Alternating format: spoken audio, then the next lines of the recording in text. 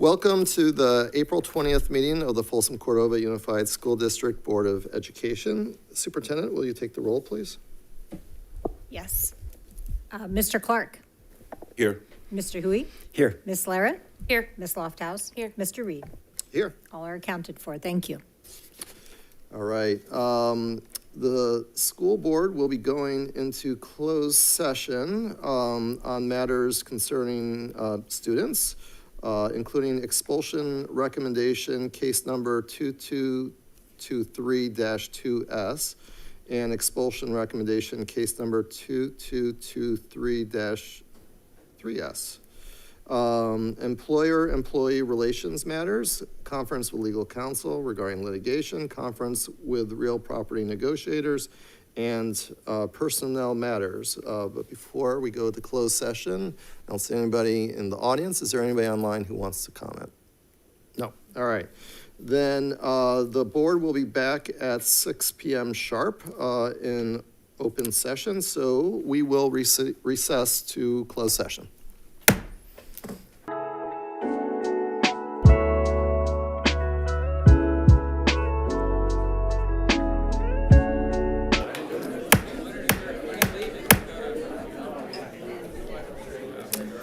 Welcome to the April 20th meeting of the Folsom Cordova Unified School District Board of Education. If you would please stand and join me in the Pledge of Allegiance. I pledge allegiance to the flag of the United States of America and to the republic for which it stands, one nation, under God, indivisible, with liberty and justice for all.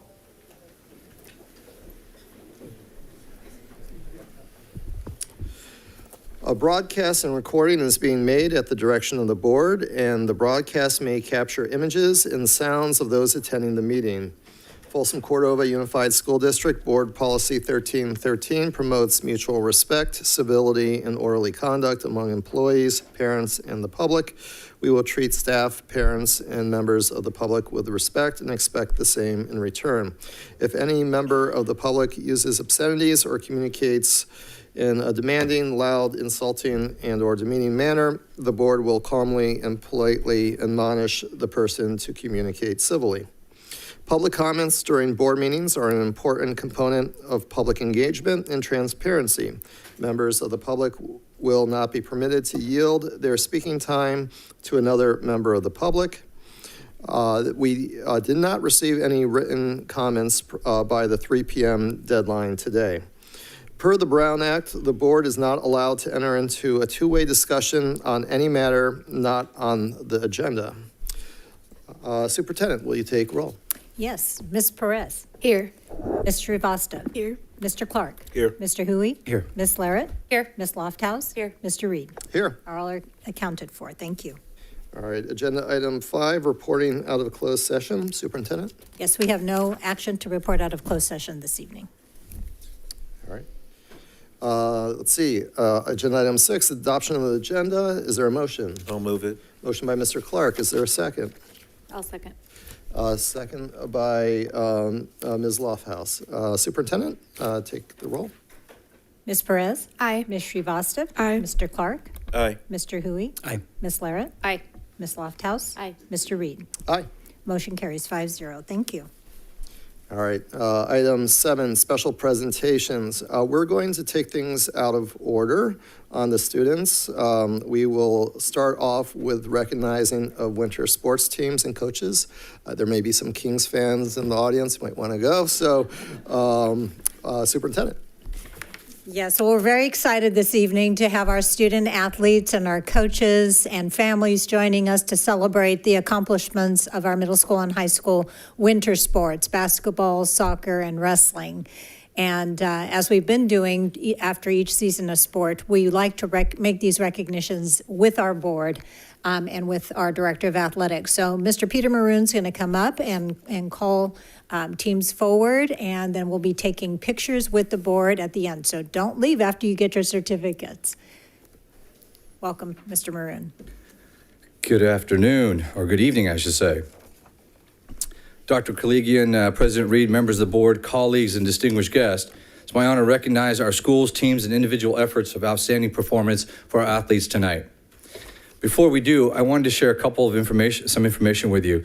Of the 10,756 secondary students we have in our district, 3,774 are currently participating or have participated in athletics this year. That's roughly 35% of our students at the secondary level. This is the largest number of participants since prior to COVID.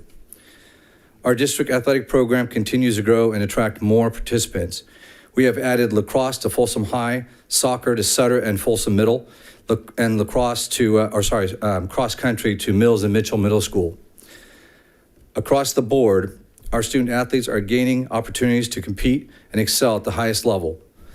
Folsom girls basketball team won the Division I section championship this year for the first time in school history, and they knocked off St. Mary's, the team that has won the most section championships in section history, by doing that. We also have Coach Eric McCann here tonight from Cordova High School. He surpassed 150 career wins this year. We also have Coach Mike Wall with us tonight from Folsom High, who surpassed 500 career wins this year. So not only are our kids succeeding, also our coaches. With that, I'd like to start off by recognizing our middle schools. And tonight we have 3 from Folsom Middle School. They are the girls soccer team who are the Foothill Athletic League champs. And Coach Burke and Coach Salgado are here. Would they please come up?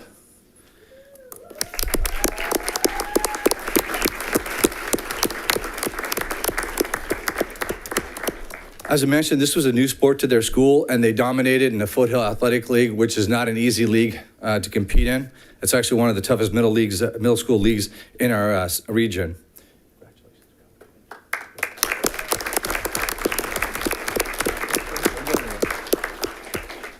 In addition, the junior varsity girls basketball team for Folsom Middle School also won the Foothill Athletic League championship this year. And Coach Bell, are you here? Come on up.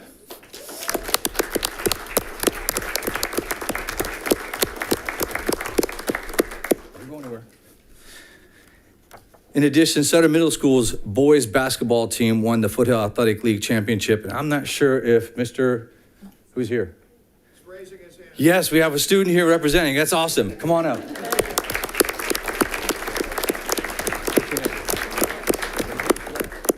Will Ace. Will Ace? Hakes. Hakes. Will Hakes is here representing Folsom or Sutter Middle School. Congratulations, Will. Thank you. I'm going to give this to you. With that, if I can get the middle school students to come on up so we can take a picture of the board.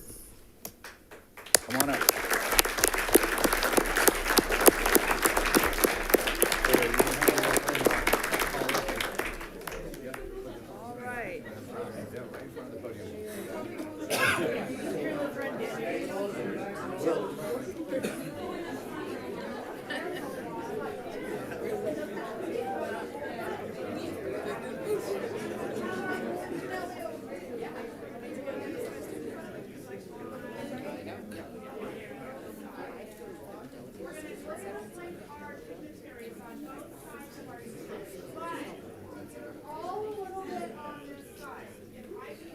Parents will give you an opportunity to take a picture once we get ours for the district, okay?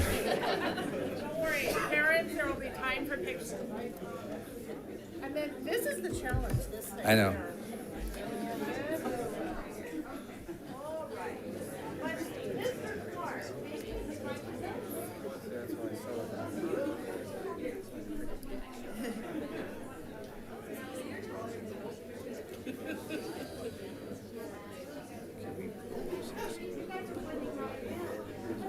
I don't think we can move this thing, Angela. Hey, Angela, do you want a chair to stand on? Should I stand on a chair? I'll make sure you don't fall. There you go. Do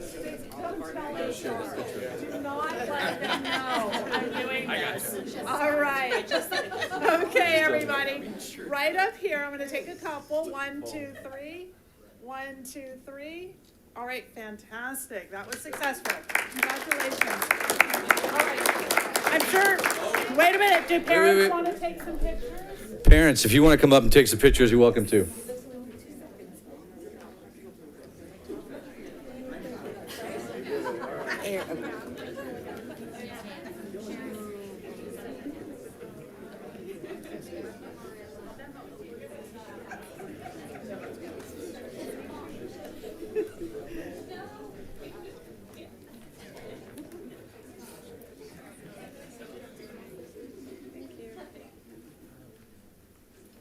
2, and 3.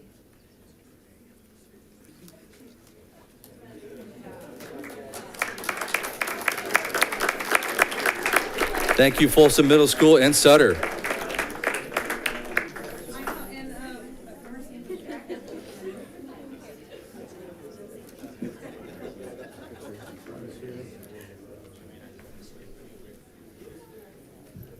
Middle school folks, you're welcome to stay or head on out if you want to watch the Kings game. You can definitely text me the score later if you would. We're going to continue with Vista del Lago. We're going to go in reverse order this time with the high schools. Typically, we go in alphabetical order. I was going to reverse it this time. What I failed to mention is that this is one of the few districts that recognizes athletes and its coaches at board meetings, so I appreciate you guys allowing us to do that. With that said, our girls basketball team from Vista del Lago won the Capital Athletic League and competed as co-champs into the CIF section championships. With that, I'm going to ask Coach Moody and Coach Horvath to come on up and help me. Coach Marty is out of town.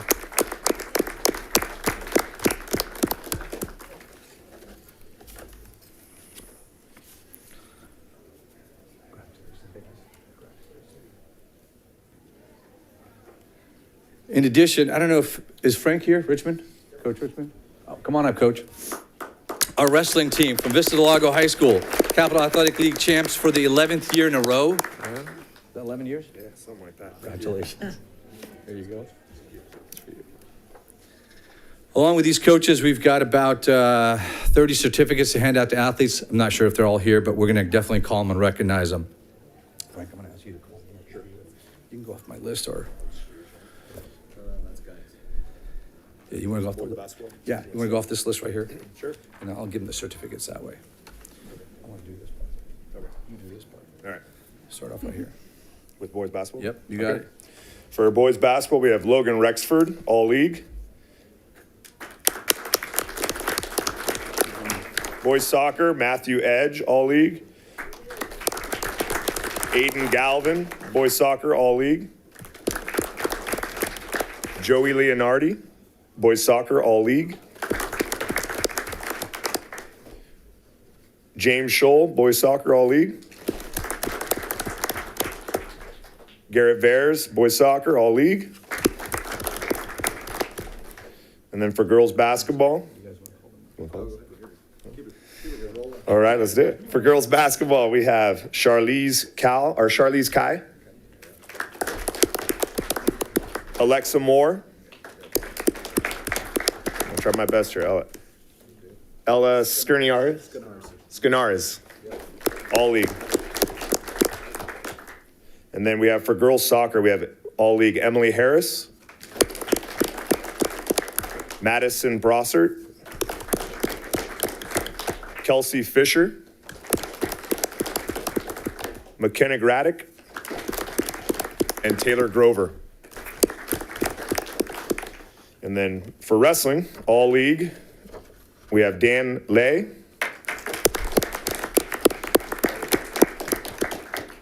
Dan was also all section. Davian Ng, all league. Donovan Duncan, all league and all section.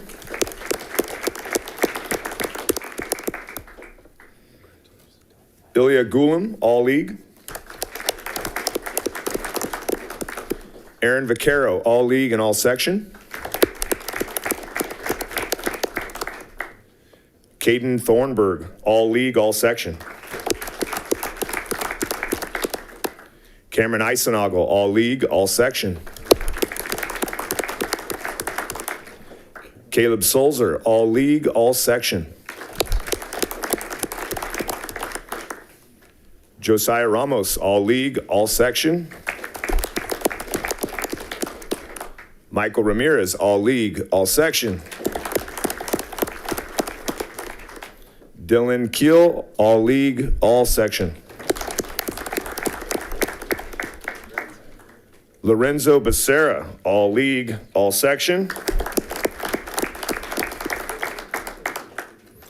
Jackson Ramos, all league, all section, all state.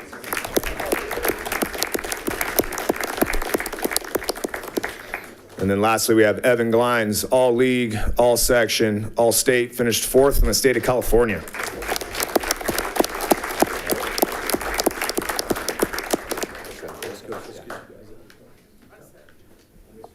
Okay.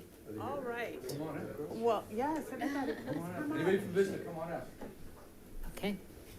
Okay, and if the board members could please join us.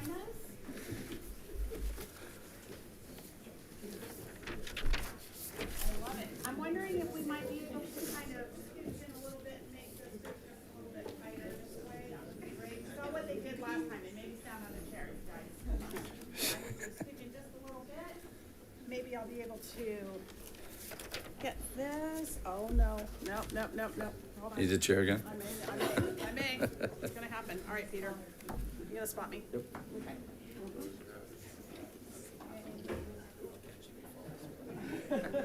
Thank you. We are truly a team here at FCUSD. All right, 1, 2, 3, look up this way. Okay, again. Okay, thanks so much. Congratulations.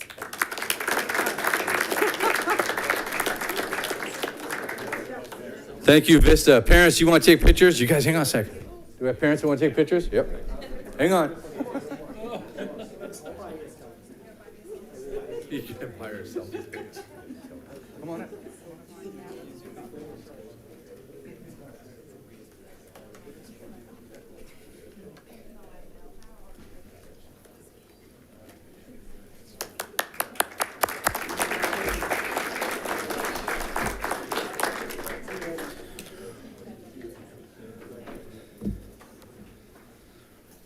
We're going to recognize two of Folsom High's teams, and that is the boys basketball team led by Coach Wall for winning the Sierra Foothill League champs and making it into not only the section but also the NorCal playoffs. Coach Wall, come on up.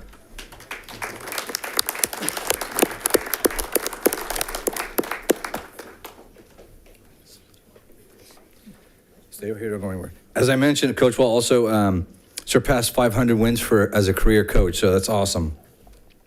In addition to that, our varsity girls basketball team winning the Sierra Foothill League championship, as well as the Sac Joaquin Section 1 championship, ranked 8th in the state of California, and made it to the open division as the number 4 team. So congratulations, Coach Wolkin and his team. Come on up.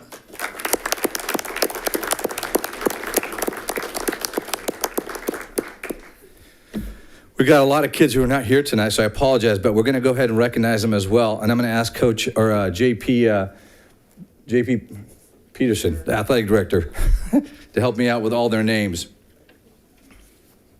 Got multiple JPs now. I almost said Oliver. Right there. All right, so first off, we got boys basketball. We have Micah Johnston, all league. Boys basketball, we have Justin Ard, all league. Boys basketball, David Young, all league.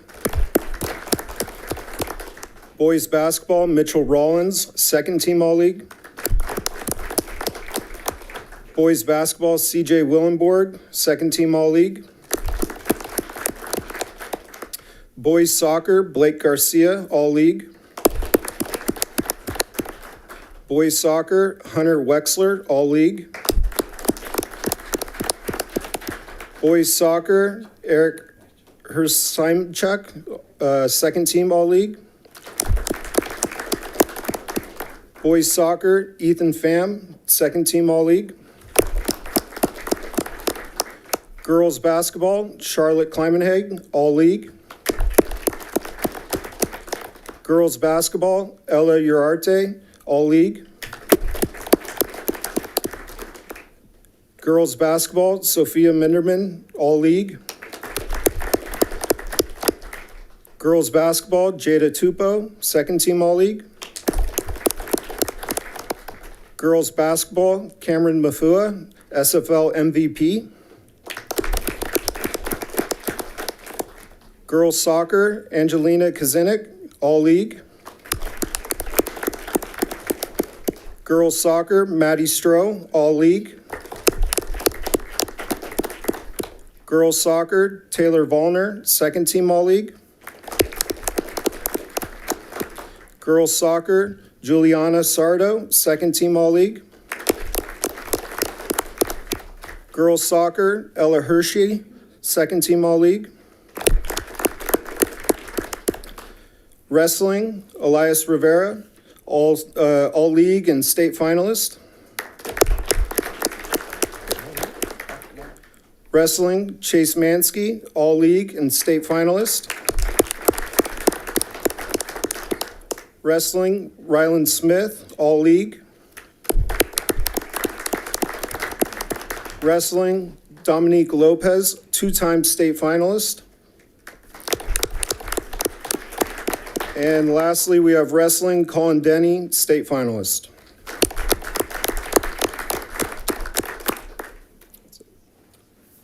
All right, Folsom High, please take the stage. Board members, would you please join them?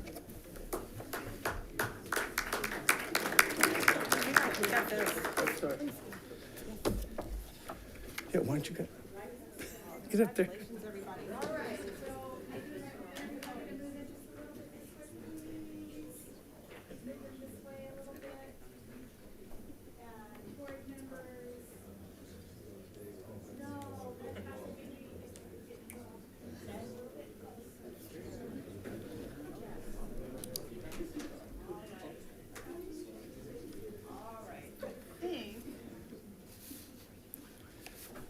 We can do this.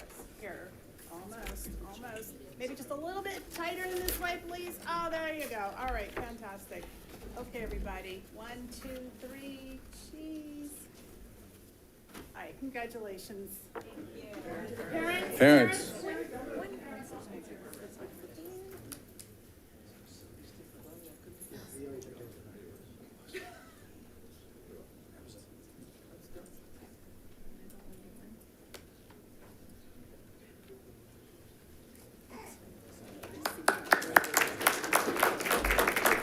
Thank you, Folsom High. Hey,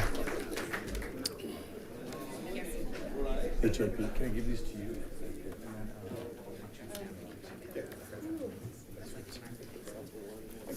Yep. Thank you.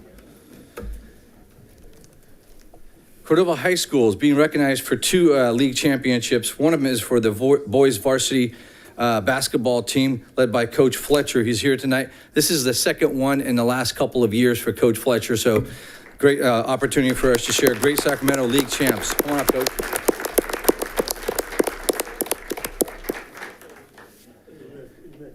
In addition, we have the varsity girls soccer team who also won the Greater Sacramento League champs. And I'm going to ask JP Dolliver, our athletic director, to join us to take that one.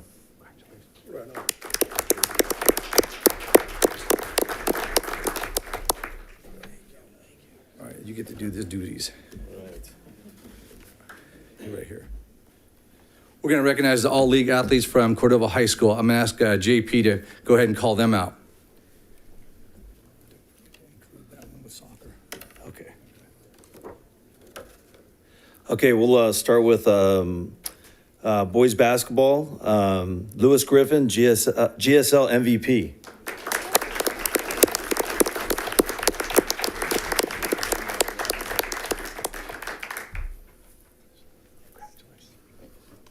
All right, next we have Javen Devara, All League.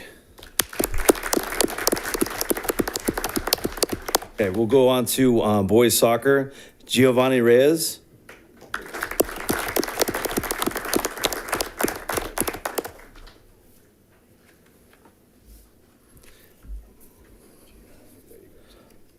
Okay, next we have Mateo Munoz.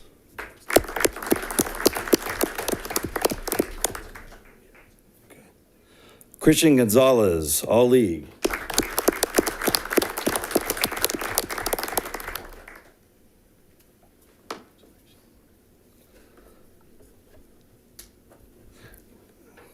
Okay, next one we have Aldrich Behinds, All League.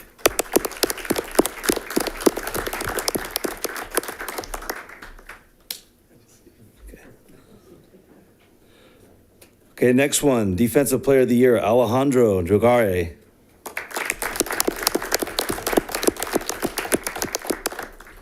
For girls basketball, Alyssa Lazaro, All League.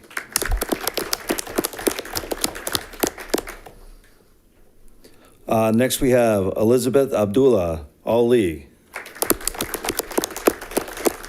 We're on to girls soccer. Next one's going to be Sydney Murphy, All League. Girls soccer, All League, Savannah Fennell. Next one for girls soccer, Madison Harder, All League. And two-time Defensive Player of the Year, Sophia Tuhulo, girls soccer.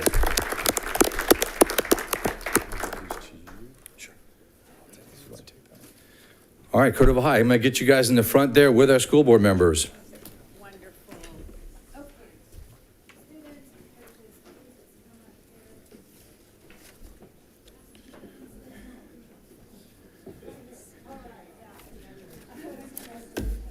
All right, now I know if we get everybody in just a little bit more, we don't have to be single file. Could we get maybe a double row, a little bit? Yep, fall in the back. There we go. This is gonna be a really nice picture. I want to get everybody in.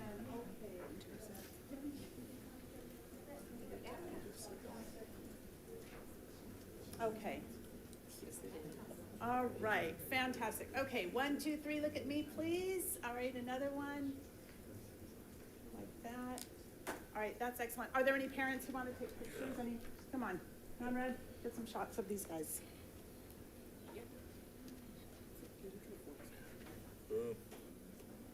One, two, three.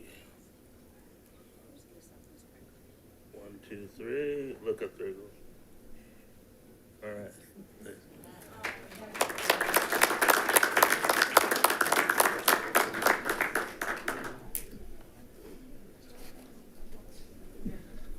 Nice job, thank you guys. Good job there, thanks. Thank you, Coach.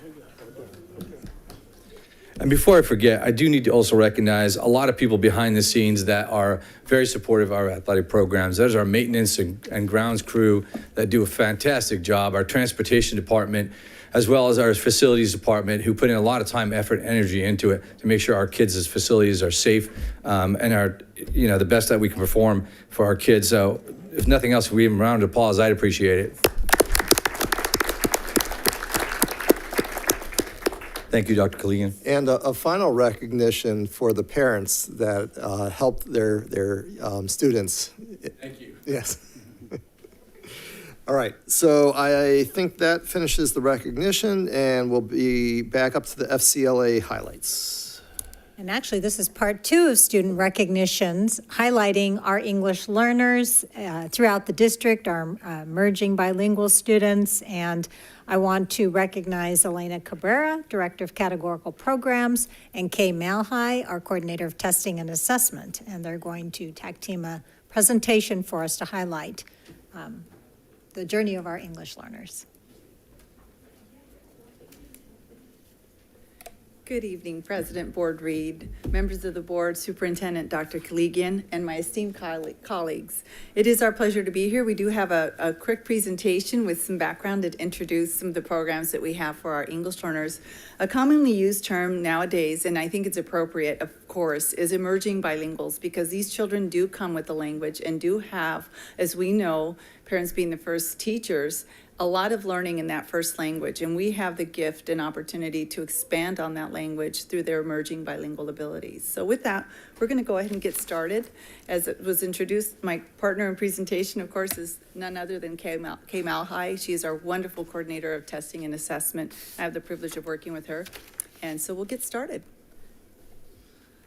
Good evening, everybody. So we're very, very excited about actually sharing our journey of our English learners in our district from their initial, when they come into our district, all the way to when they become, when they are reclassified and then beyond. So with that, what I'm going to do is on this slide, we're going to spotlight, as I said, our English learners, our FCUSD English learners, by just highlighting their journey. From initial identification, we'll look at how we monitor their progress. We'll also look at the tools that we use and also some of the success stories that we have. So no journey is, a one-step and a two-step like dancing. So this is definitely a process. With English learners, depending on the language level that they come in, and that initial assessment, just a fun fact, we had 740 students assessed this year. And did you know that those students have to be assessed within the first 30 days of enrollment of school? So most of our students come in that first part of school, August, right? So our testing team is quite busy at that time assessing our new arrivals. But we also get new arrivals throughout the year, so they're busy throughout the year. Not as busy as at the beginning initial testing, but there's definitely new arrivals that we get. And at that time, K through 12th grade students, and now we would say TK through 12th grade, entering California schools for the first time, whose primary language is not English. And how do we know their primary language is not English? We do a home language survey for every student first enrolled in our district. Most of you, or most of us, will put English, English, English on them, okay?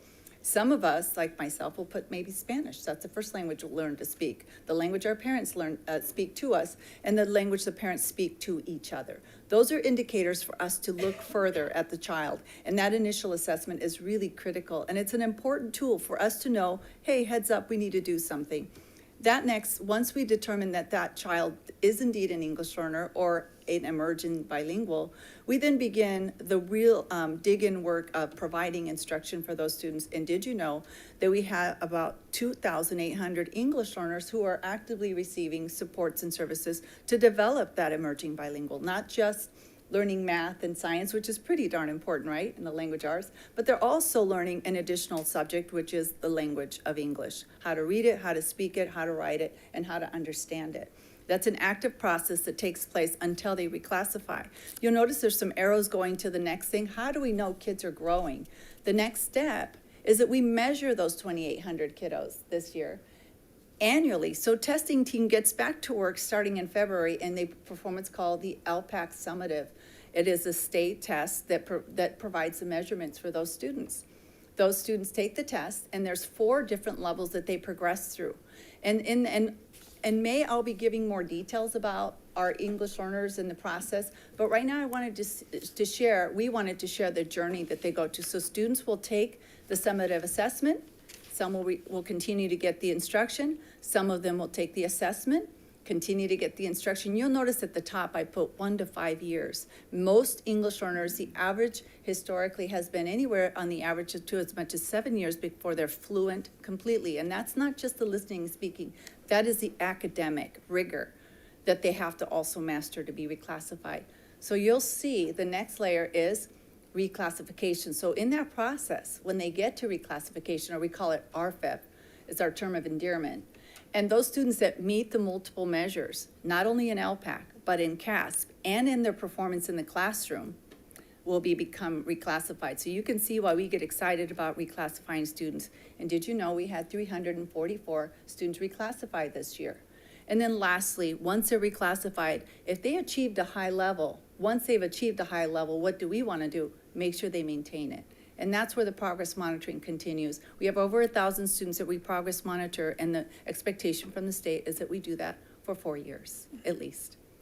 And just a side note on that, on the initial LPAC, Elena mentioned that we test about 740 students. Of those, about 75% of our students are identified as a result of the assessment as English learners. We have about 25% that are identified as fluent English proficient. So an example of that is if mom and dad put down that they might have Spanish or Russian in the home, but it may be so, but that child may already be fluent because they might have gone to preschool or have older brothers and sisters, or in fact, mom and dad are fluent in English as well, okay?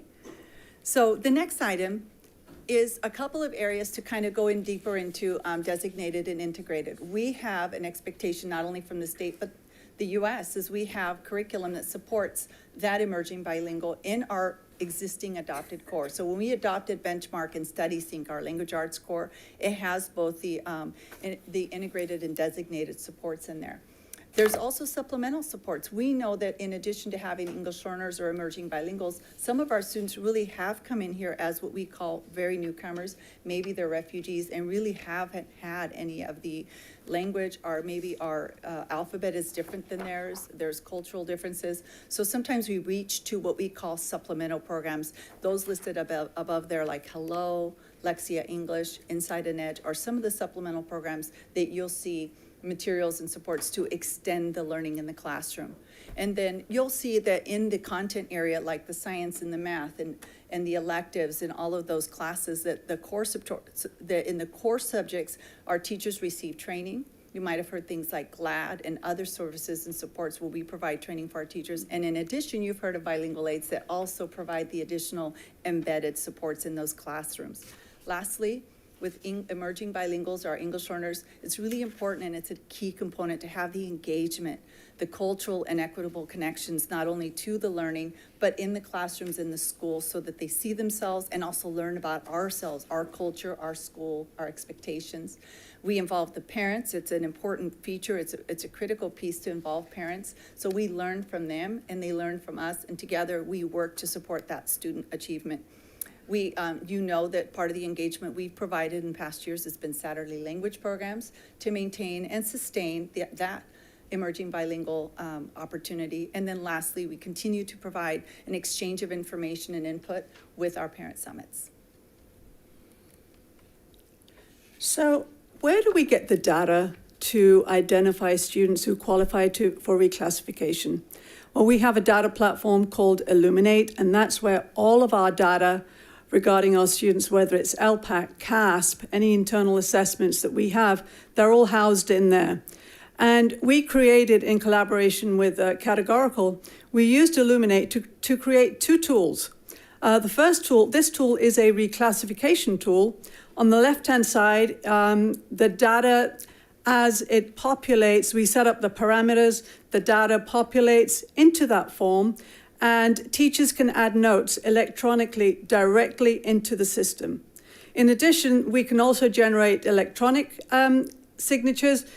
We actually developed this during COVID because the process didn't stop. So we actually came up with a process during COVID, and part of the problem was our parents could not come to the sites for the reclassification conferences.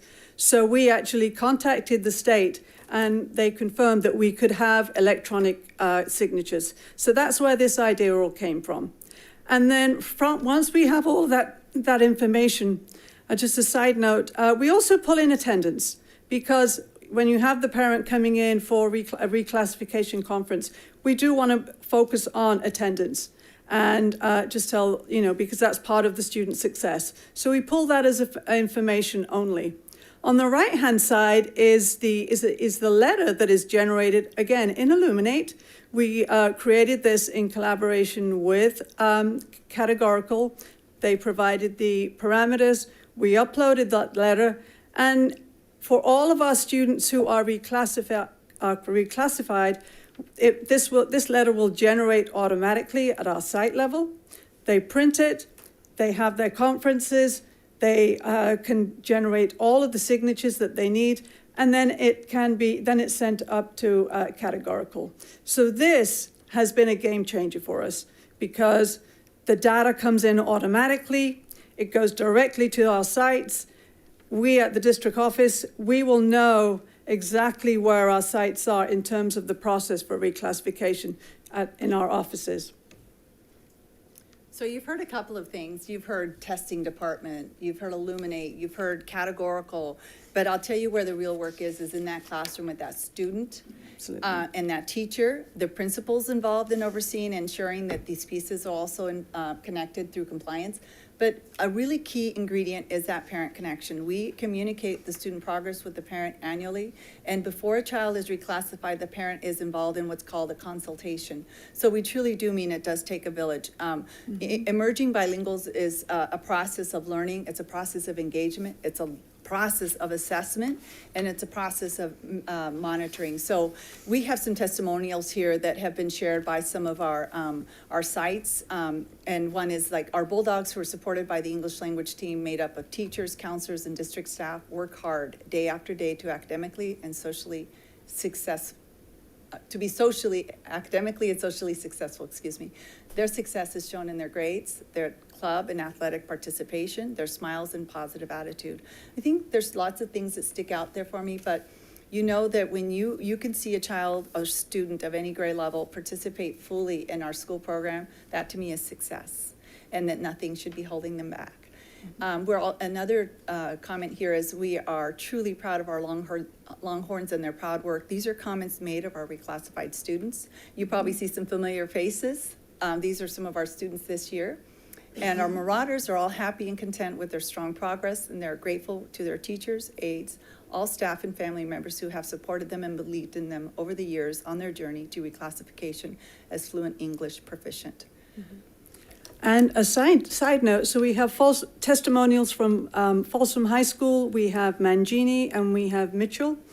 And at Folsom High School, they reclassified 18 students.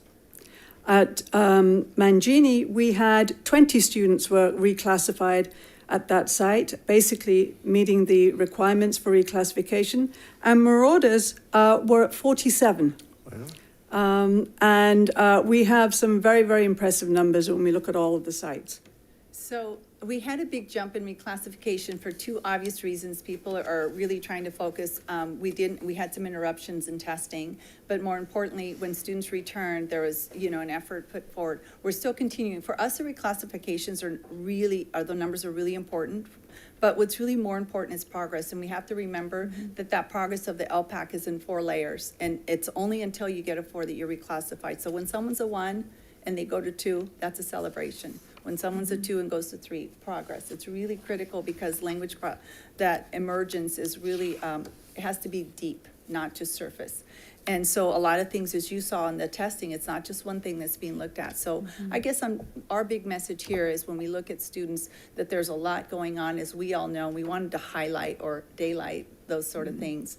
The next slide is the celebrations, and between us, we can share some of the things. Our office provides certificates of reclassification, which is nice, but I can tell you that all the schools do some kind of celebration where they'll involve the parents, they'll showcase the students at a ceremony, and there's just a lot of ways to showcase, and there's a lot of pride in this. And I can tell you, as a former English learner myself, one of the greatest achievements my parents thought was that I would be able to not have any problems with the language as we progressed. And I know that is something, because to them, many of our parents, that represents the doors are open to all the opportunities for their child. And so it is our job to make sure they get there. Yeah. And we're showing photographs of students at Mitchell and Sutter. Sutter had 23 students who were reclassified, and as Elena said, they get the certificates. A big deal is made out of this. It's a huge step in these students' careers at school. And food is always a celebration, and parents also were invited. So there were a lot of great celebrations going on at all of the sites where we had reclassifications. So last but not least, what we want to share is that just like any achievement that students make in academics, is it not only, just like I mentioned, opens the doors, but it really does create pathways to other whether college, career, whatever. And so what you see up here is that we see English learners, especially reclassified students, and obviously electives. Many of them are receiving state seal of biliteracy. And I ask us to think about when we have an English-only child acquire fluency in Spanish or German, we celebrate that. And that is this, and I want to make sure that we are also shedding light and attention to the celebration of reclassified students in mastering a language in full academic rigor. So we look at increased numbers and want to continue. We definitely need to continue to increase our numbers and students who participate college and career readiness in IB, AP programs, CTE programs, and A through G. The more that they progress through this process, the more they're actively participating and successfully participating in these programs. Mm-hmm. And of course, a really important piece is that there's a deeper appreciation for their own language, their own culture, and hopefully we foster that appreciation beyond ourselves. Mm-hmm. And the additional electives comes from if a student is in designated ELD and he has met the requirements for reclassification, he or she may have an additional elective that they can pick up. So what that means is they can then they'll have increased opportunities to participate in more of the courses that lead to their career path of choice. And with that, we can conclude our presentation. Thank you.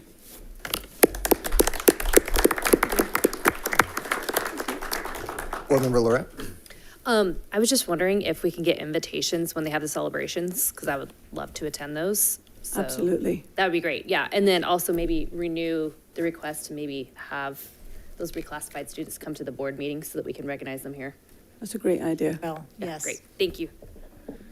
Mr. President. Yes, Mr. Clark. Just a couple of questions real quick before you leave. On page 3, you guys were talking about students being college and career ready. I'm just kind of curious if you all had the data showing how many of those students did go on to college. Do we track that at all? Yeah, it'd be interesting to see. Okay.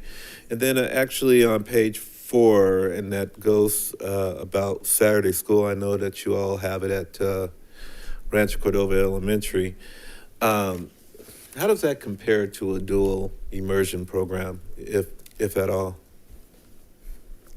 Do you want to take? No. I could have repeated it. Well, Saturday school at Rancho Cordova, I was just curious, how does that compare to like a dual immersion program? That is such a good question. I would tell you that it's a language experience. A dual language immersion is a rigorous, it's basically the core of the day provided in that other language. And there's different models. There's what they call a dual language immersion where you start 100%, say, in Spanish. And that would be Spanish speakers and non-Spanish speakers. And then you wean off to 90 and you wean off until you're reducing and those kids are acquiring that academic rigor. There's also called a transitional where there's like a 50-50. There's different varieties, but dual language immersion is where the teachers are providing the instruction in that other language. And there's a true language exchange through the academics as well as the language of experience or of just communication. Okay. Yeah, I was just curious. Yeah. Thank you, ma'am. Yeah, Board Member Perez? I myself also just became a reclassified student about 11 to 12 years ago. And I still continue to owe you guys a huge thank you for all your help throughout those years. So thank you. Anybody else? All right. Thank you.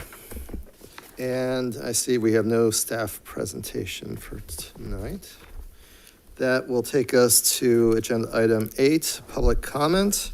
I do have one card here, Conrad Mayer. Welcome.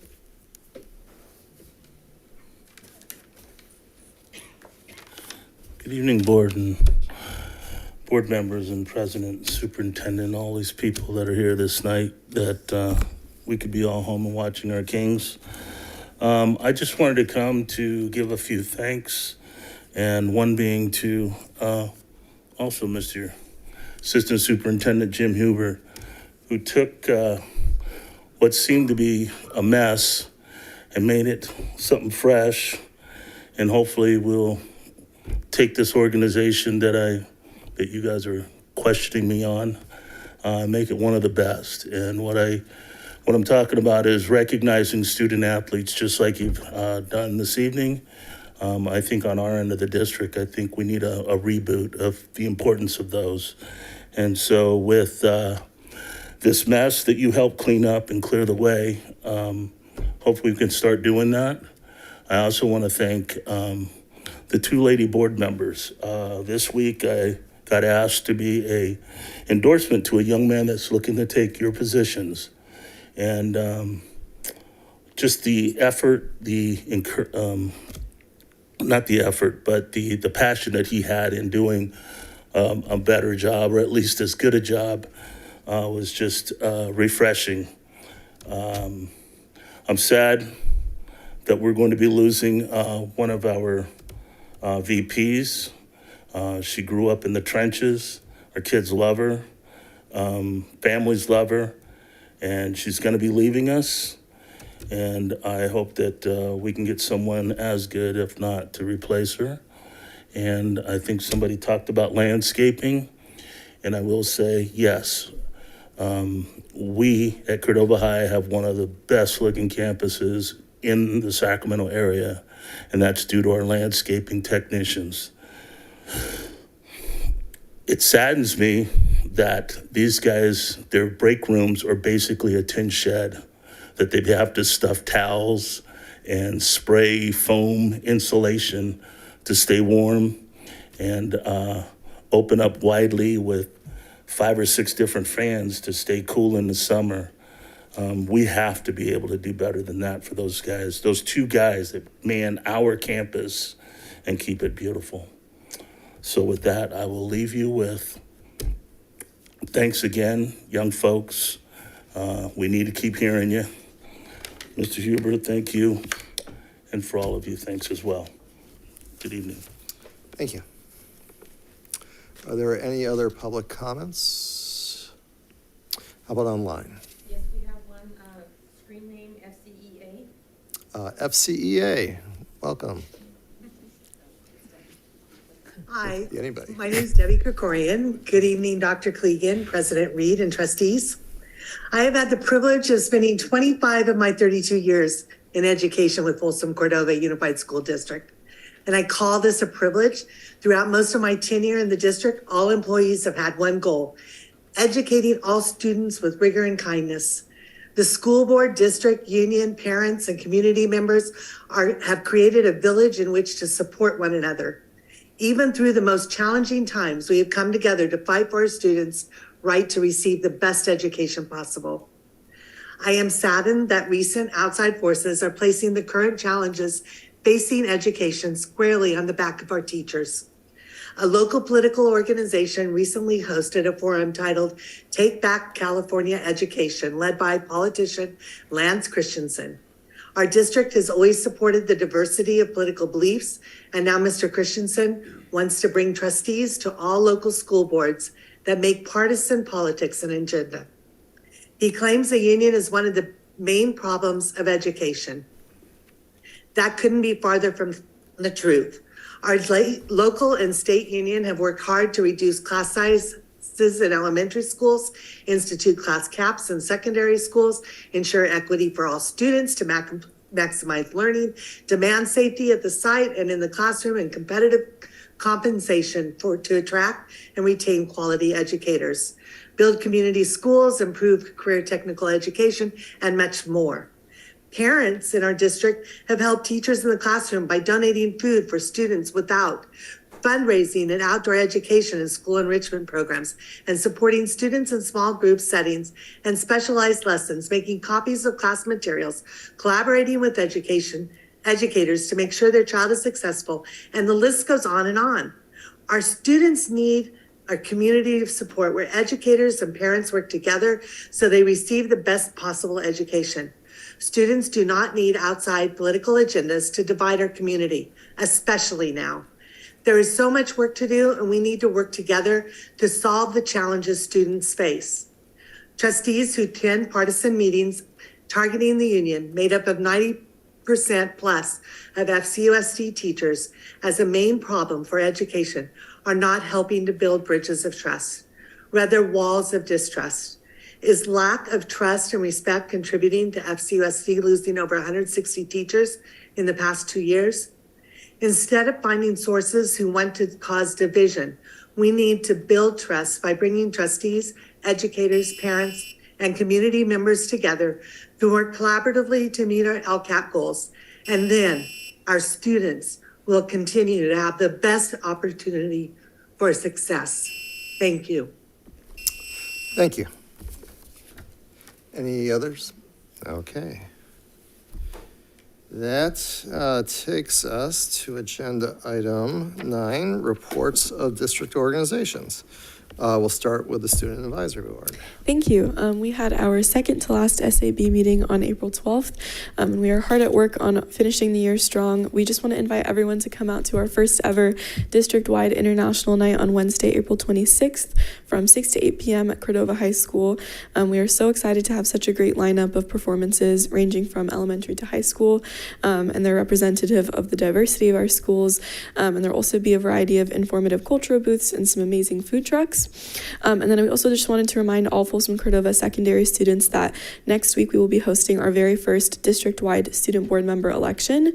The position of student board member is integral to ensuring that all students in our district have a voice on the school board, and we are so excited to have such a passionate, innovative, and driven group of candidates for next year's student board member. All secondary students will have the opportunity to vote next week, and we highly encourage all students to take advantage of that opportunity and have a voice in their representatives. Thank you. Thank you. A quick question. So I know in prior years they had done their speeches in person. Mm-hmm. Are they being recorded this year, or how's that? So each student had the opportunity to film a 1 to 2 minute video, and then we gave them resources to do that here as well if they needed it. So each of them has a video prepared, and it'll be on the Google form where students vote. Oh, yeah. Great. Thank you. All right. Next, we have the California School Employees Association. Welcome.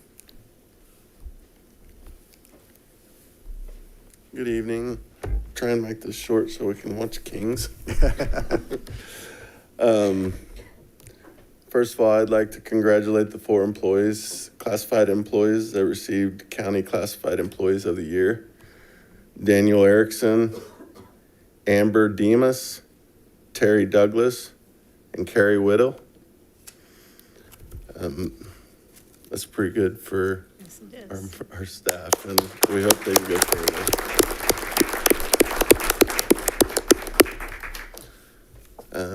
Negotiations are going well. Last month, we were able to ratify MOUs 9, 11, 12, 13, and side letters 9, or side letter for Article 9 and side letter for Article 10, employee retirement, reinstatement, and life insurance correction. And we got negotiations coming up on Wednesday, the 26th of next week. We hope to do good things. It's been fun working with the district, and they've done great things for us. Thank you. Thank you, Rob. Next, we have the Folsom Cordova Education Association. Welcome.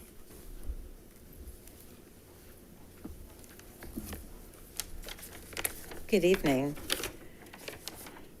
So I just want to follow up kind of on a more personal note on what Debbie just said so eloquently, so I'm not going to add a lot, but I will say coming into my position as elected officer, I was very aware of optics, that I'm the face of our organization, and I'm representing. I have to be a little, walk that line between my personal beliefs, my personal life, and that face. So I really ask that our board members stay aware of those optics. As elected trustees, you're the face of our district and should be perceived as supportive of public education and respectful of the collaborative relationship that has been built between FCEA and the FCUSD administration. And I'm just going to leave that part at that. I just felt personally that I wanted to share that. But going on to FCEA news, we've had the pleasure of giving 8 scholarship awards this year to students who are dependents of our members, and their applications reflected strong character and equally strong academic abilities. So I really know they're going to be successful in their future endeavors and can't wait to see what they do. It's one of my favorite things about this job is scholarship season.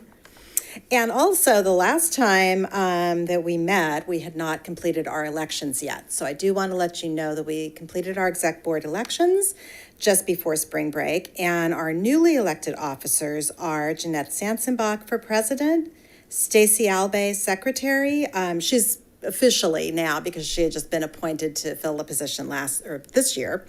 Monica Easton will be continuing as preschool through 2 member at large. And then we have 2 new positions. Kathy Hatcher will be taking the 6-8 member at large, and Shanna Beltran will be doing special services. So I'm really excited to have their voices on. I think they're going to really add a lot of new ideas. And we have an FCEA planning day coming up on Thursday, just to kind of plan forward and talk about what things are going to look like. And that's my report this evening. Thank you. Thank you, Angelica. All right, Folsom Cordova Leadership Association. Well, I think we had the that was presentation on presentation. testing and assessment Okay. and our emerging English learners. So again, we thank Ms. Cabrera and Ms. Malhai and representing FCLA as well. Did that also count for the District English Learner Advisory Committee? Okay. District English Learner Committee has two quick announcements. Just a quick reminder, on Tuesday is our Parent Summit at Rancho Cordova Elementary School from 5 to 7:30. We have a very busy little schedule with great topics presented by three speakers, beginning with Dr. Ayana Peace, some information on SEL and the services. Miss Julie Warner, counselor, presenting the opportunities, the vast opportunities provided in our district to students for A through G. And then lastly, but not least, is Alicia Cadell will be presenting information on our CTE course offerings. So looking forward to that. And then I will tell you that our DLAC parent officers will be meeting with a special meeting next week with our CDE reviewers here at the district office. So that's our report. Thank you so much. Thank you. All right, let's see, that takes us to agenda item 10, agenda consent.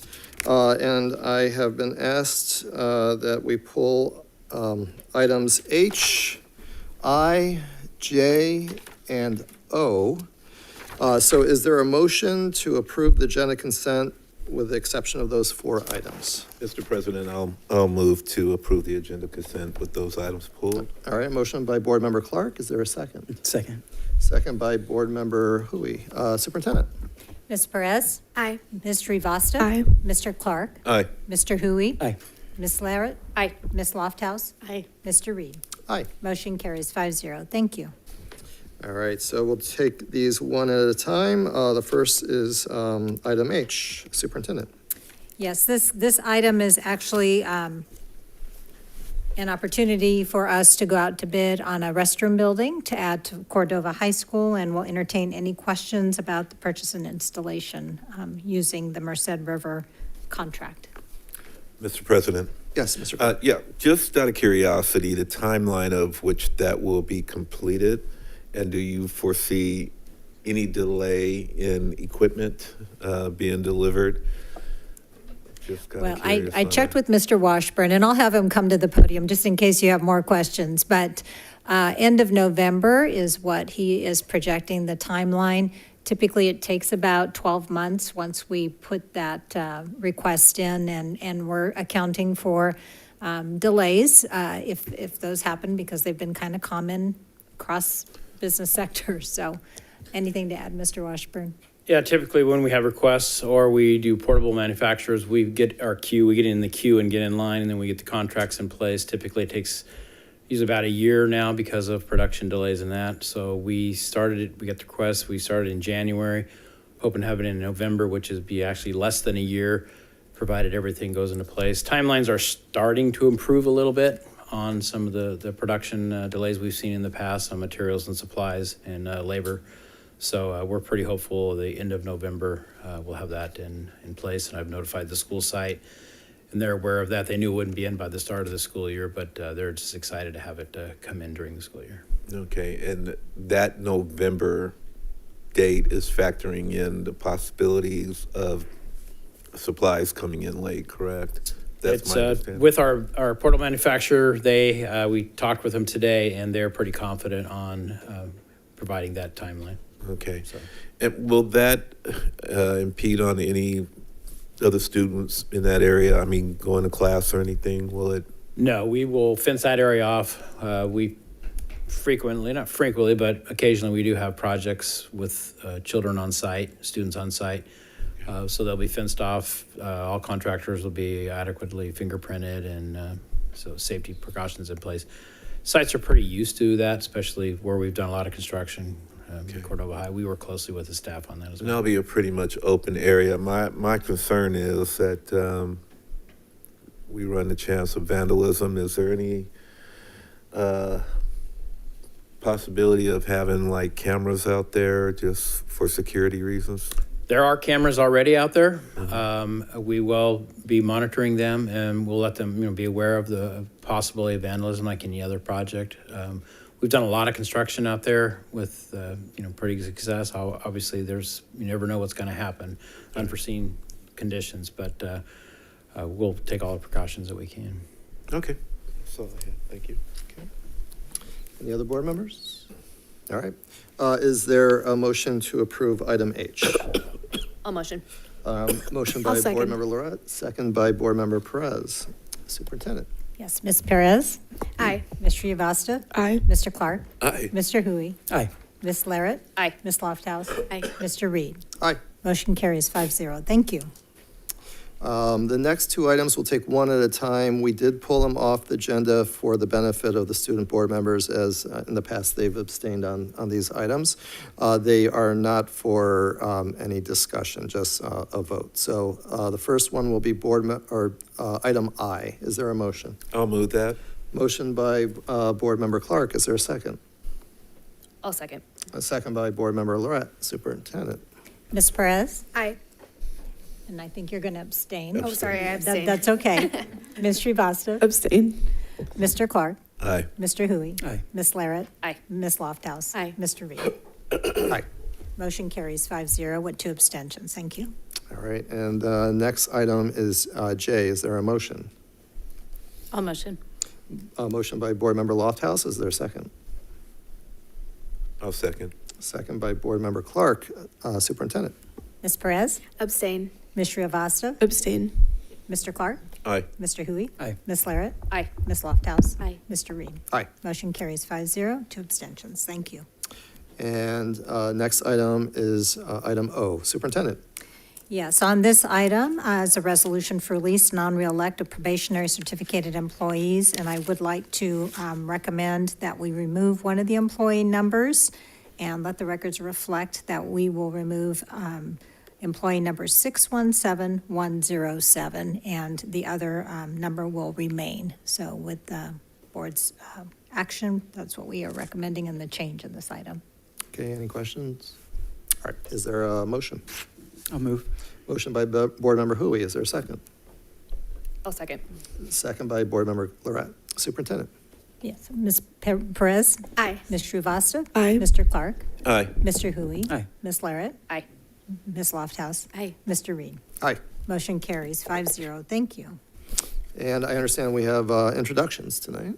Yes, we do. As part of the consent agenda, the board also approved the personnel action form, and as is our tradition, when we have new leadership or management positions approved on that report, we like to introduce them to our board, to our community, and we're very excited tonight to introduce to you Mr. Cody Owens, the new assistant principal at Cordova High School. And we'll give him a round of applause, and I'll give a little background. Mr. Owens will be starting at the beginning of the 23-24 school year. Currently, he's serving as assistant principal of athletics and athletic director at Thousand Oaks High School, where he oversees staff evaluations, IEP caseloads and meetings, and manages the activity of 26 varsity sports. During his tenure as an educational leader, Mr. Owens has developed a strong reputation for his commitment to building positive school cultures and fostering civic-minded students who are ready to navigate the diverse world around them. Please join us in welcoming Mr. Owens to Cordova High School in Folsom, Cordova. We look forward to his leadership and the positive impact he will make on our students, staff, and community. Welcome, Mr. Owens. Would you like to introduce anyone or say a few words? Yeah, just thank you for the opportunity. I look forward to becoming a member of the Cordova community, and go Lancers. Yeah, there you go. Thank you. All right, and that's it for the introductions? Yes, thank you. All right. That takes us to agenda item 11, discussion action. The first is approve the arts, music, and instructional materials block grant plan. Superintendent. Yes, this item's coming to the board, and this is exciting news in the fact that the governor has put aside some one-time money to help improve and support arts, music, and instructional materials. It is pending a lot of what will be the final decision of the governor in his approved budget, but this evening you'll hear what the requirements are and what we're, a little history of what we can expect with this one-time funding source. Mr. Martin is going to highlight a little bit more information about this. It was also shared with our Budget Advisory Committee meeting on March 29th. Well, hello, everybody. Good evening. So yes, we're going to spend just a few minutes talking through the art, music, instruction materials block grant, and also correspondingly Prop 28, which was a voter initiative that passed back in November that will be bringing some additional VAPA, visual art and performing arts funding into Folsom Cordova as well. And so first, this is just kind of an overview of the grant, the one-time funds. The funding was allocated actually in last year's budget. We have received half of the allocation this year, but something that has not happened before is that the governor's January proposal included language to reduce the funding, which was quite a surprise because normally once a budget has been signed and enacted, we normally don't see a reduction. And so this first slide just talks about what the funds can be used for. It should be clear that this one-time money was had multiple purposes, and you can see the 5 different areas. I know with the title, there is definitely the ability to use the funds for art and music, instructional materials as well, but also the funds can be used for professional development, operational costs, including, and this is actually included in the language, retirement and healthcare cost increases, and then also COVID-19 related activities since COVID-19 funding is pretty much finishing up at this point. We have until 25-26 fiscal year to spend the funds, and the reason why we're bringing this to you tonight is we are required to have a plan approved by the board on how we plan to use the money. And so that's kind of just an overview of the grant itself. And then kind of between when the budget was adopted back in June and then in November, we had Proposition 28, which was, again, a ballot initiative that was put on by the voters. And that passed, which more or less guaranteed ongoing funding for the purposes of VAPA. And it is an additional funding source outside of the normal educational funding. So the way the formula works is Prop 98 is a guaranteed amount of funding that education receives. The formula says that they will calculate the Prop 98 guarantee amount. They will take 1% of that amount, and that is what will be given annually for the purposes of VAPA to school districts, which is great. We're very excited about that. Additionally, in the language in the proposition, it stated that 80% of the funding has to go to personnel costs. Which there are some questions about. So there's a lot of questions about Prop 28. Where we are at this point is we actually haven't gotten any projections or allocation information yet from the state on Prop 28. And so we're not quite sure. We have some estimates. You can see there we're projected to receive about $2.8 million, but that funding has to actually go towards at the site level, meaning that it's allocated not at a district-wide allocation, it's allocated an amount to each school site. So that each site will receive a specific amount, and it's based off of the student population and unduplicated students and total population as well. There's a formula in there. And so that's an estimate we received from school services, but there's still a lot of questions because one of the big things is the Prop 98 amount often will change because it actually takes up to 3 years before they get a final summary of the dollar amount. So they're still trying to figure out exactly how the allocation will work. And so there are a lot of questions about this funding that we have. I also, as part of the presentation, included a document from school services about Prop 28 and the fact that there is no specific detail or information that we've received at the state so that we even know all of the guidelines of it. Because again, this is a voter initiative. Legislatively, they can't make changes to this. And so they have to look at the language that was in the ballot language, and from that, they have to then decipher what are the rules and requirements. Well, we haven't received any of that yet from CDE. And so there's a lot of questions still about what is allowable, because there's also some components of trying not to supplant existing activities, some other pieces along with that as well. And I think the 80% question is also a big one, because what we see is potentially you could have a school site that may only get $40,000, $50,000. Well, that would not be enough to pay for a position. So you have to spend 80% of it on a person. And so how do we make that work where you're going to have a 0.4 FTE here or 0.3 FTE there? You can see there's going to be some windshield time involved in that. So there's a lot of questions about that. And then, of course, because it's VAPA, we have to discuss at the site level, would that be a music program? Would it be a drama program? Could it be some kind of arts program? And so there's a lot of questions about that and how the sites will go about. Is that going to be part of their planning that they do when they do their site councils? You know, how will that go about? So you can see there's quite a bit going on in there with those funds as well. This is a great time, obviously, for both arts and music and all of the pieces, but there are still a lot of questions. I know people are very excited about wanting to spend these funds and start doing activities, but I think we have to be aware, and that's what that one article I shared was, we have to make sure we're doing it accurately, because we don't want to spend funds or allocate funds that end up not being correct. And so there's a lot of questions on that. Continuing on, with regards to going back to the art, music, instructional material block grant, I shared that the governor's proposal for this upcoming budget is to reduce it more or less by about a third. And that was a shock, because some school districts have actually already allocated these dollars, potentially have hired staff, done other activities, and after the fact, potentially getting a cut of 35% is huge.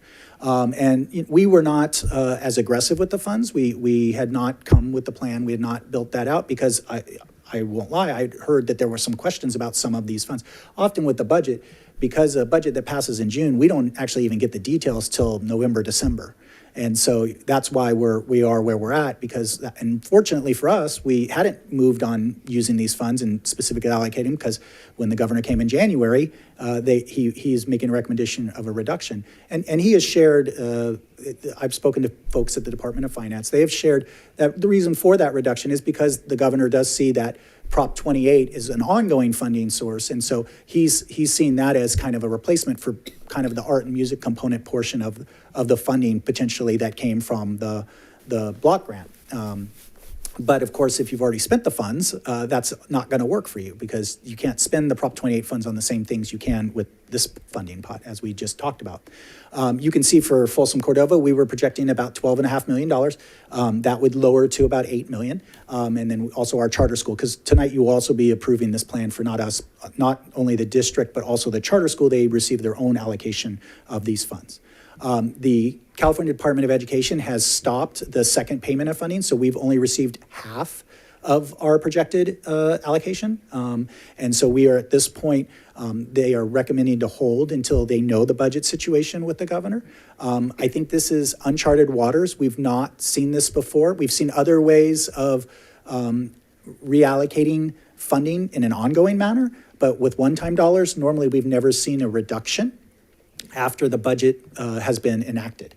So this is a little bit of a slippery slope. One of the things that we spoke to when I was in a group, a business group with the Department of Finance, was that this creates an uncharted territory for us. Every year now, if we get a funding source from the state, we have to make an assumption that some of it may be pulled back in the following year's budget?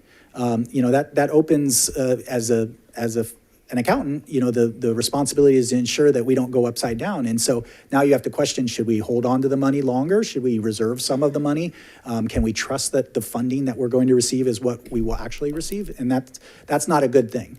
Additionally, the other concern is that the governor is using this money, this more or less one-time savings of more or less reduction of $1.3 billion for ongoing purposes. He's actually using it to help fully fund the rest of the COLA that he is projecting, which was a little over 8%. And that's a concern as well, because one of the things we always talk about is you don't want to use one-time money to to fund ongoing costs. And that's where it starts worrying you, especially in 24, 25 and going on, because once that 1.3 billion is used to fund the COLA for 23, 24, what happens in 24, 25? How do they fund the COLA then? And so those are some of the things that we have questions or concerns about as well. Continuing on, other pieces that we want to keep in mind is since the governor's proposal in January, there is now a projected shortfall over what the governor was projecting in tax revenues or state revenues of about a $5 billion shortfall. So just since January, the proposal that the governor has dropped by another $5 billion in revenues. Well, correspondingly, that means $5 billion less in the budget. And that is a concern because could the governor potentially, instead of cutting the funding to that block grant 35%, cut it 50%? Could he even come back and collect back what they've already allocated? Potentially, yes. And so that's why I think one of our concerns is there's a lot of different measures and ways that the state can adjust the budget. They can do a lot of different, sometimes we call them sleight of hand activities, accounting entries, deferring revenues over fiscal years, things like that to balance the budget. Additionally, we have four, I think, more or less reserve accounts that the state has established. Rainy day fund, education stabilization fund, some of these other funds. And, at this point, the governor has not proposed using those dollars at all. And on top of all of that, the governor's proposal in January included new programs, new ongoing programs, which you have to question, why would you create new ongoing programs when you're having to cut other programs that are one time to pay for other ongoing things? Doesn't sound financially the most sound methodology, I would say. And we said that in a very, very nice way to the Department of Finance folks. But and obviously they're intelligent folks. They know that, but they also are aware that they have some other things that they're looking at when there's politics and everything else that's involved when you come to the state budget. I think other areas of concern, obviously, we continue to look at interest rates rising, inflation, just the overall economy, the continuing conversations about recession or not. California is very sensitive to those things because of the fact that the primary income source of the state is local property tax, sales tax, and personal income tax. And so personal income tax definitely, when the economy is not making the same returns, especially in the stock market, we don't see those same levels of collection. And that's why you're seeing that $5 billion shortfall over what the governor projected. So just so you know, based off of the governor's projection in January, Legislative Analyst's Office said they thought his number was $5 billion short for 23-24 and another $5 billion short for 24-25 because they do a multiple year budget. So there's a concern, some serious concerns there about the ability ongoing for the state to fund all of these activities. Again, there are rainy day funds. It's the biggest reserves the state has ever had. So there definitely is ways that the state can meet their obligations. But again, all of these things are one-time dollars. So it depends on how long of an issue the downward economic trend occurs and how long it takes before the state starts seeing revenue growth again. So all of these things kind of come into the overall kind of recommendation that we're bringing forward. We brought this to the Budget Advisory Committee, walked this through with them. We're making the recommendation for the board as well. At this point, the plan that we're recommending is to, at this moment, really hold the funding until we have a better idea of the final allocation. We have the May revise coming up. What we are recommending is that we're saying that we will spend the money on the things that we are allowed to spend the money on. We will spend it by the timeline that we're required to spend it on, and that's pretty much it. We're not going to make specific allocations or plans on those funds. Once we have a better idea, we can definitely come back. I think what we also want to do is look at these dollars in conjunction with the Prop 28 dollars, but also the overall long-term needs of the district in the next few years. As you saw on the list of potential uses, it can be used to fill shortfalls, other cost increases. We are projecting an increase of the PERS funding for PERS cost increase for our retirement for the next couple of years. We have other costs. We have a deficit right now. So those dollars could be used to support other purposes and needs. And so at this point, what we would say is that we are recommending that the plan that we are bringing forward is that we hold on the funds, approve a plan that we will spend the funds as allowed in the timeline allowed, come back to the board with a more detailed plan once we have Prop 28 and a better understanding of how those dollars will come into play for music and art and programs and go from there. So there's a lot of unknowns associated with this at this point. And so we are not in a position as a district, we are very fortunate in Folsom Cordova that we are very robust when it comes to our music program. I think we could still have more activities when it comes to the visual and performing arts side, but on the music side, we're definitely considered, I would say it's one of those areas where people come to our district is because of our music program, along with all the other services that we offer. And so we're not in the same position where maybe we need to actively be as aggressive as maybe some school districts that maybe cut their art or their music programs in the past. And so that's kind of where our recommendation is at this time. So if I can answer any questions that you have or anything else. Yep. Questions from the board? Yes, Mr. President. Yes, Board Member Clark. There is something out there, and I know you talked about Prop 98, but I know that CSBA have filed a writ of mandate and complaint for declaratory injunctive relief regarding the ERAF and calculation of Prop 98 funds. Have you heard about that at all?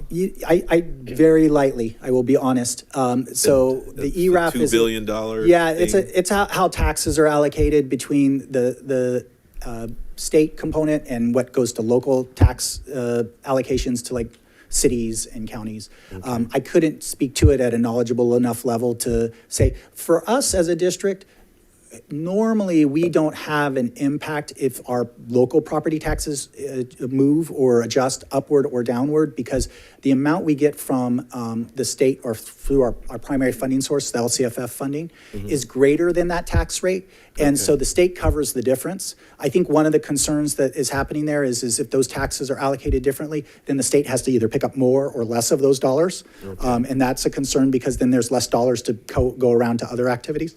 Well, do you see that affecting us at all? I don't see it directly impacting Folsom Cordova. No. Okay. Yeah. But I would also want to look into it a little more as well.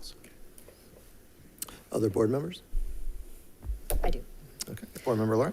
Really quick, on the personnel side of things, does that have to be permanent positions, or can we have like guests come in and use that funding towards those guest instructors? Great question. And that is an unknown, because normally when we pay guest instructors, that's a service contract. And so it normally doesn't count as personnel for any reporting purpose, right? And so that is one of the questions we have. Because obviously if you want someone who's maybe a specialist, or you want to do some activity that is, like you said, maybe a one-off activity or something, would that potentially count? Even though it's a body or a person coming in to provide that service, does that count towards that 80% or not? Unfortunately, we don't know. And that's the question that will probably have to come from the CDE and potentially maybe even through the legal system, because it was a voter initiative and the ballot measure was only so many words with no clarification of that, right? And that's the difference between a ballot measure, and that's why a lot of times those things take multiple years or lawsuits happen because of it, because people have different ideas of what that meant in that ballot measure. So CDE will be the one that will come out with a language to say, this is what it means, or, state legislature can work on that, but they can't change it. They can't, because it's been passed now. So the best they can do is work within the guidelines of the language they have. Yeah. So but we would hope that's the case. Because that would obviously give us more flexibility and provide more options and opportunities, but it's unknown. So. Okay, thank you. You're welcome. Other board members? Okay. All right. Any members of the public would like to comment on this agenda item? It looks like we have one.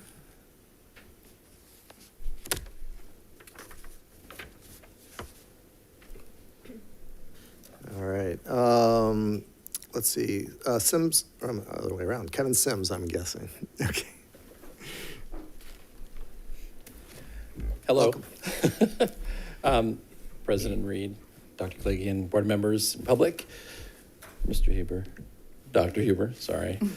I'm Kevin Sims. I'm the band director at Cordova High School, 28 years now. And yeah, I know, right? It's a long time. It seems like we're all, this district is so amazing that the fact that we have 4th grade all the way to 12th grade, orchestra, and then band from 5th to 12th. It's unique. I talk to my friends, other band directors, and we're all hustling the same way for funds and everything. But to have that uniqueness, I think, of our district keeps us coming, like Mr. Martin was saying, like it's great to be a music teacher in this district. You know, no kid sits on the bench in music. Every kid has an instrument in their hand, and they play, they perform, and every one of those kids has an expensive instrument in their hands, from a $400 violin to a clarinet or a $9,000 sousaphone. And that takes money. And a lot of the times, out on the Ranch Cordova side, about 90% of our kids or more, we provide those. The district provides those instruments for those kids. And the cost of those instruments have continued to grow. Also, the repair of those instruments have grown considerably. Just to take a flute in, just the other day, I took a flute in to replace 2 pads. It was $150 for them to like register it and put it on in alignment and everything. And that's just for a flute. You know, taking a brass instrument, it's a few $100s to get it cleaned. And we do that every year, every fall season. All of us that march, we're always repairing our instruments. Consumables like reeds and strings, we're supplying those. The kids aren't buying, the families aren't buying them. We're supplying those from a reed from $8 to $15, and strings, a set of cello strings, about $80. So we're providing those things. We need a consistent district repair and budget, which we do get, but it's increasing and it's not covering all of it. I spent about $6,000 on repairs, and I'm already out, and the year's not done yet, and we still got to clean some of those instruments as well. So that's where our boosters have to come in. Middle schools that usually don't have booster programs, well, what do they do? They just have to clean them themselves? I'm not really sure how we do it, but the old instruments and tired instruments that these kids go through, we need to have an annual, every 5 years, just influx of money so we can repair and not replace those instruments. They just wear out. We went through so many horns this year in the saxophone section, and it's been a challenge when you have a lot of kids and we're doing a lot, playing that thing every day. Repairs and replacement needs to be a concern. So when we talk about things like budget and block grants, and we hold off waiting, and I know it's like dire. I'm just like breathing heavily as Mr. Martin was talking about, like how the state's not coming through. Our kids still play. The kids still play. We need to recognize the disparity and the need between Folsom schools and Ranch Cordova schools. And there is a difference. Checks can't be written in Ranch Cordova like they can in some other schools. And I think we need, when we make a plan, that we consider not just, hey, this school gets this amount, this school gets that amount, but it really is about this school has more need. And I think that's something we need to think about when we make these decisions. Thank you. Thank you. Are there any other members of the public? How about online? Nope. Okay. So that takes it back to the board. Any final discussion? This is an action item, and there is a recommended motion that we have here. All right. Is there a motion then? I'll move it. Motion by Board Member Clark. Is there a second? A second. Second by Board Member Hui. Superintendent, call the roll. Ms. Perez? Aye. Ms. Srivastava? Aye. Mr. Clark? Aye. Mr. Hui? Aye. Ms. Larrett? Aye. Ms. Lofthouse? Aye. Mr. Reed? Aye. Motion carries 5-0. Thank you. All right. Next agenda item, approve revisions to Board Policy 5131.8, mobile communication devices. Superintendent. Yes, we're bringing this board policy revision to the board as a discussion action item because it is time sensitive. We did share it with our board subcommittee on March 20th. Major change to this policy after reviewing with principals how it's been going with, some of the restrictions that we have in place at the elementary, middle, and high school level, and they're progressive as you go from the younger to the older students, is the impact. And I think our middle school principals have shared that they've, of the 3 grade spans, they've seen some of the largest challenges in distractions during class time, outside of class time, and impacting peer-to-peer interactions, peer-to-adult interactions. and looking at maybe revising, this is the staff's recommendation, is to revise the middle school policy to be reflective of what we have for our elementary schools, which is if a student were to bring a mobile communication device to school, it would, they have access to it before and after the school day. The rest of the day it stays in their backpack if they bring it to school and is not taken out during the school day, be it break time or lunchtime. And I'll ask Dr. Huber to elaborate on that and to answer any questions with some of the feedback we've gotten or any board questions. Yeah, so basically ongoing discussions in terms of some of the impact that cell phones, mobile communication devices have had, especially at our middle school level. And teachers have reported to their principals, their assistant principals, and then just day-to-day interactions, again, to Dr. Klegian's points about distractions in class, repeatedly having to remind students, to put the phone away. Students, as soon as, they have a chance, they're back out, the phone's back out, maybe watching a video, maybe playing a video game, et cetera, rather than the class activity. Also, we do have instances with students texting or doing things on the phone during lunchtime that cause either issues between students. Some of the bullying things that we still struggle with tend to happen during school time, during lunchtime on the phone. There was a few instances at a few of our middle schools where, and this was almost somewhat of a game, but it's still somewhat of a safety hazard, where all of a sudden there'd be a blast out through the cell phone. Hey, there's going to be a fight at F-Wing. And so all of a sudden you've got 100 middle school kids literally, the term that was given was stampeding to that area of the campus to see the fight, and whether or not, sometimes there was a fight, sometimes there was not a fight. So it just in general, some chaos that sometimes accompanies the devices and the way the kids are using them. And so the principals engaged in a discussion in terms of perhaps it would be better to limit the access to the cell phones for our middle school students, the same way we do for the elementary school students. The students will still have their phones. The phones would be in their backpack. They would still have access to them in case, of an emergency, or obviously when they leave campus each day on their way home. But that is the recommendation, is that we would like to try this next year to see what kind of impact it would have. Just in terms of cell phone incidents, we had 342 cell phone incidents at the middle schools this year. So, and that was just violation of the cell phone policy as it stands now. That does not include anything like related to either cyberbullying or a fight, or that would just be simply using the phone when you're not supposed to on campus.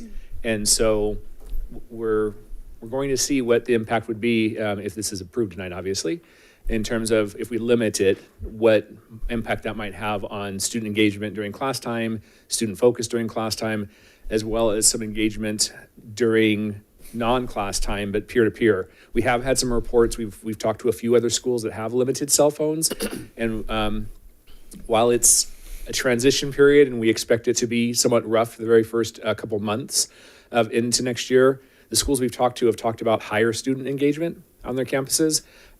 Students themselves have reported that they've tried things. They've put themselves out there, if you will, to either try for an event or get involved in something because they're not worried about being videoed, or, I don't want to be a meme on YouTube. And that has had an impact. So we'd like to see just how this might go, and then, come back at a later time and talk about what impact it had, pros and cons, if we limit cell phone use on middle school campuses. Okay. Questions from the board? Yes, Mr. President. Yes, Board Member Clark. Okay, so what if it's coming?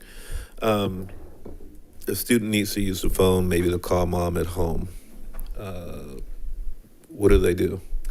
So Back in the day, you went to the office to call, and probably we're still talking about that in terms of how we might approach next year. But right now, that is the suggestion. There also could, perhaps be, if there's a special circumstance or a student has a health issue or there's something specific that, that accommodation might be made. But right now we're talking about, if you needed to call your mom for whatever reason, you'd have to ask your teacher anyways to use the phone, that you would just be excused at the office to do that. Same thing, the next couple months as we progress into summer, a lot of communication will need to go home to families as to, the why are we considering this and what we hope to see the results of. And then to prep into next year, but the same thing, we'd be asking parents, please, if you needed to talk to your daughter or your son, call the office and the office will arrange for your student to call you back. So that's where we're headed. Okay, because here's the deal. Some of these kids feel a necessity to call and check in during lunchtime or, just to say, hey, I'm doing okay. Do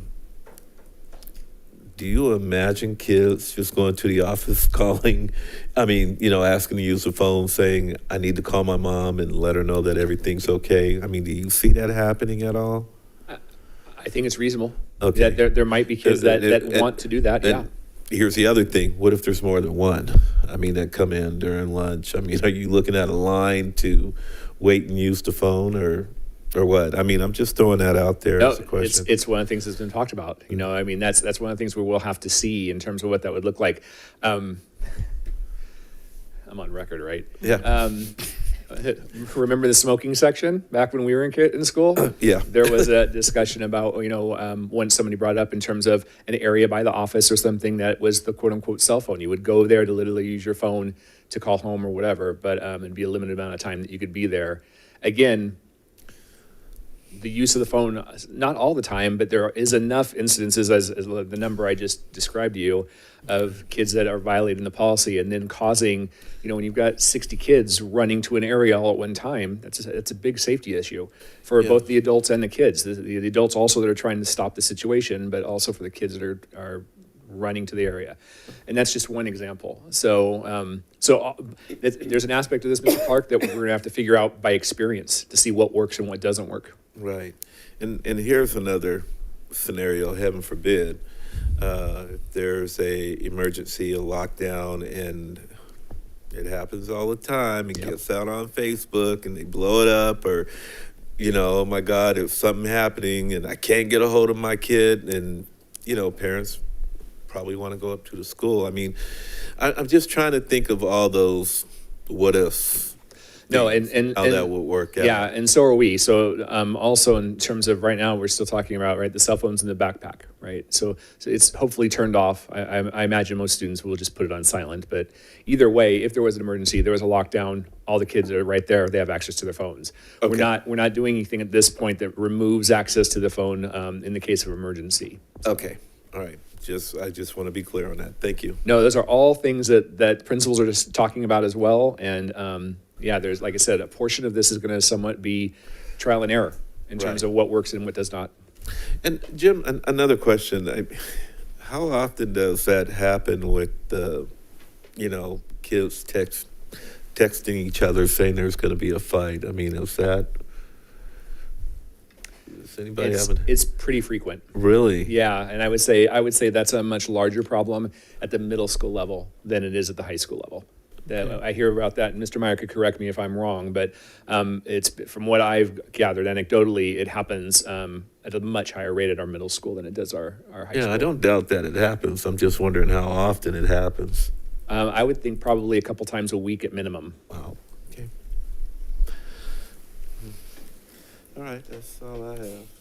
All right, other board members? I have some questions. Yes. You do the what ifs, I'm going to do the hows. Board member Lofthouse.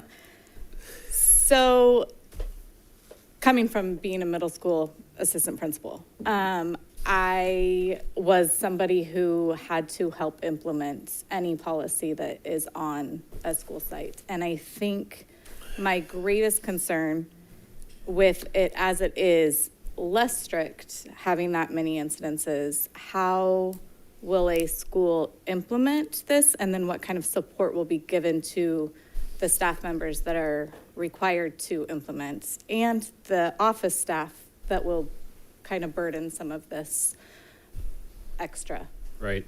So great questions in terms of, if you'll recall COVID makes time weird, but sometime last year we had a presentation from a community member on the impacts of cell phones, social media, et cetera. And we know that there is growing evidence in terms of it being somewhat of an addiction, right? In terms of, there's even a study out in terms of groups that one group has the phone by their side on the desk, one group has the phone in their backpack, another group has the phone out of the room.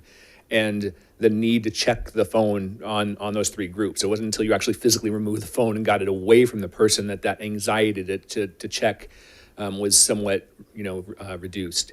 And so, again, there's going to have to be a lot of grace with this. So we want to do public service announcements using students on campus as to the why. Again, we're together anyways. We don't need the cell phone. We're together anyways. We can interact with each other. So some of those positive aspects of what the research says putting the phone away does for you. Parents are very concerned also about the amount of screen time. And we have screen time just in our schoolwork with the Chromebooks and what we've moved to anyways, right? So that also is something we're hoping is going to be a positive. I would say that probably the first month or two that you would be having faculty members, staff members, hey, Kara, just want to remind you, you're not supposed to have that, put it in your backpack. And if it's something that's reoccurring, then that student would probably be referred to one of the assistant principals in terms of a lengthier conversation. And then that would turn into now we're going to talk to Kara and Kara's mom and dad.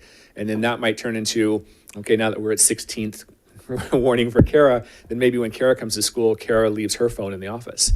It would be somewhat progressive in that regard because, again, this is a change of policy that we've had this policy in terms of access to phones for a long time, and it can't just be a turn on a dime and expect, instant acquisition and compliance because kids are going to struggle with this to begin with.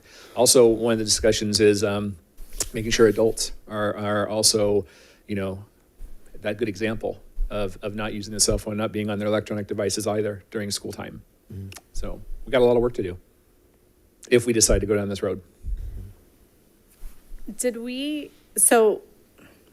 I'm torn both ways on this because as a parent, I held off till the very last day to get my oldest daughter a phone. My others won't have one until they definitely need one. Friends that are marriage family therapists say they wouldn't have jobs if it weren't for cell phones. So it is a major concern in our society. Besides a once a year presentation, is there ongoing education for our students on how to appropriately use our technology, the impacts of technology, and how is that taught from an early age? I mean, kids are getting phones at 2nd and 3rd grade. So really using that as a time to educate, because again, just because we make a policy, it's not going to go away. Right. And so my bigger concern is really teaching the kids to use it in the correct way. Because while we're taking away phones, they still have Chromebooks at their disposal. So Exactly. If they don't have their phones with them, they might pull out their Chromebooks at lunchtime and figure out how to use those in the same ways. So Right. No, I think your point's a great one, and we have to do a lot more work. Digital citizenship is huge, and it's multi-layered. And you're right; it needs to start younger and younger because kids are getting access to younger and younger to technology at younger and younger ages. My 2-year-old cousin showed my brother how to use one of his smart devices the other day. So it was a 2-year-old teaching a 46-year-old. How to use his device properly. So I think there's an aspect of we also have to work on that as well. The only thing about the screen time difference a little bit is on the cell phone. Again, the adults on campus don't know what's happening. They don't know what they're doing with the cell phone. Whereas when you're on the Chromebook, at least there is an opportunity for us to monitor it. And so if you are going to do something that you're not supposed to, like you either put out a threat or do something that's bullying or access an internet site that is inappropriate, then we can intervene because we know it happened when it happened or after. Some students are good at, the get-arounds, but we're getting also better and better at catching the get-arounds. So there's, again, that back and forth. But a lot of work needs to be done in that area. And then lastly, my concern with also asking adults is a lot of our security systems are now set up through text messages on phones. And so ensuring that there is that same ability to access any emergency communication that is now coming through a phone, and a teacher shouldn't be sitting at a computer. So, Right. So that is taking away that possibility, and so making sure that there is a backup plan for that. Yeah. Well, and most teachers have their phones, either in their pocket or someplace close. But to your point, we have Catapult now, which is our main system for an emergency. But at the same time, depending on the emergency, most teachers would not see that alert on their phone because they're in the middle of class teaching. And so we still need to rely on the intercom system and the alarm system, all that stuff in terms of that initial get your attention because there's something going on. And then, of course, the teacher would check either their computer or their cell phone. I think that's all for now. Other questions? I have a comment. Yes. I just want to say I absolutely understand the intention behind wanting to restrict the usage of cell phones during lunch and during break time, especially during formative years like middle school where social interaction is so necessary.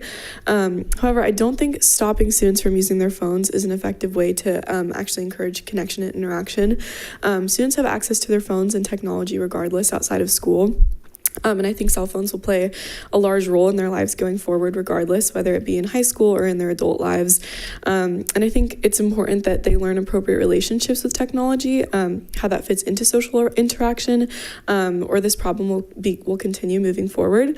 And I think when an authority figure restricts a student from using something like their phone, from the student perspective, sometimes they see it as even more enticing, and frankly, they'll find ways to use it regardless. I think it's very difficult to enforce. I think if students are on their phones during school, I think that's evidence that the lessons aren't engaging enough, and we need to find ways that we can engage students and incorporate technology into the way that we're teaching them. In order to keep them engaged. Speaking from personal experience and also from talking to some of my peers about this topic this past week, knowing that I can use my phone at any time throughout the school day allows me to not only use it when I need it for things like work schedule or communicating with my family, but it's also taught me about valuing the minimal time that I do have with my friends or peers during the day. I see myself and my peers now really valuing the time that we have together during the day, or even outside of school, and intentionally choosing appropriate phone usage because we've learned that value. However, had this been restricted for me, I don't think I would have developed those healthy habits, and using my phone probably would have been more enticing. As for issues with bullying or social media, I think those things are going to happen regardless. And I think, students will spread information about a fight, whether it be on a phone or through another way. And I think it would be a missed opportunity if we didn't handle those disciplinary problems appropriately. So we can make sure that they don't happen inside or outside of school when we don't have control over cell phone usage. Kids are going to communicate about things like fights regardless. And the root problem there is the fight itself, which is a culture and climate issue, not a cell phone issue. I think middle school is a perfect time to instill values of balance and safe internet usage in our students. And if this is approved, I think we're going to have a big increase in cell phone policy violations, which is a more punitive approach, I think, to a problem that can be solved restoratively. Thanks. Thank you. Others? Yeah, I have one question. I have some comments, but I can save those till after. I just want to clarify. I think, Dr. Huber, you had mentioned that if we do approve this policy tonight, this would go into effect starting 23-24 school year? That's correct. Okay, so that would give our sites several months at least to consider how to be implementing this? That's correct. Okay, I just wanted to clarify that. Thank you. Okay. Yeah. Couple things. Let's see here. Oh, my screen.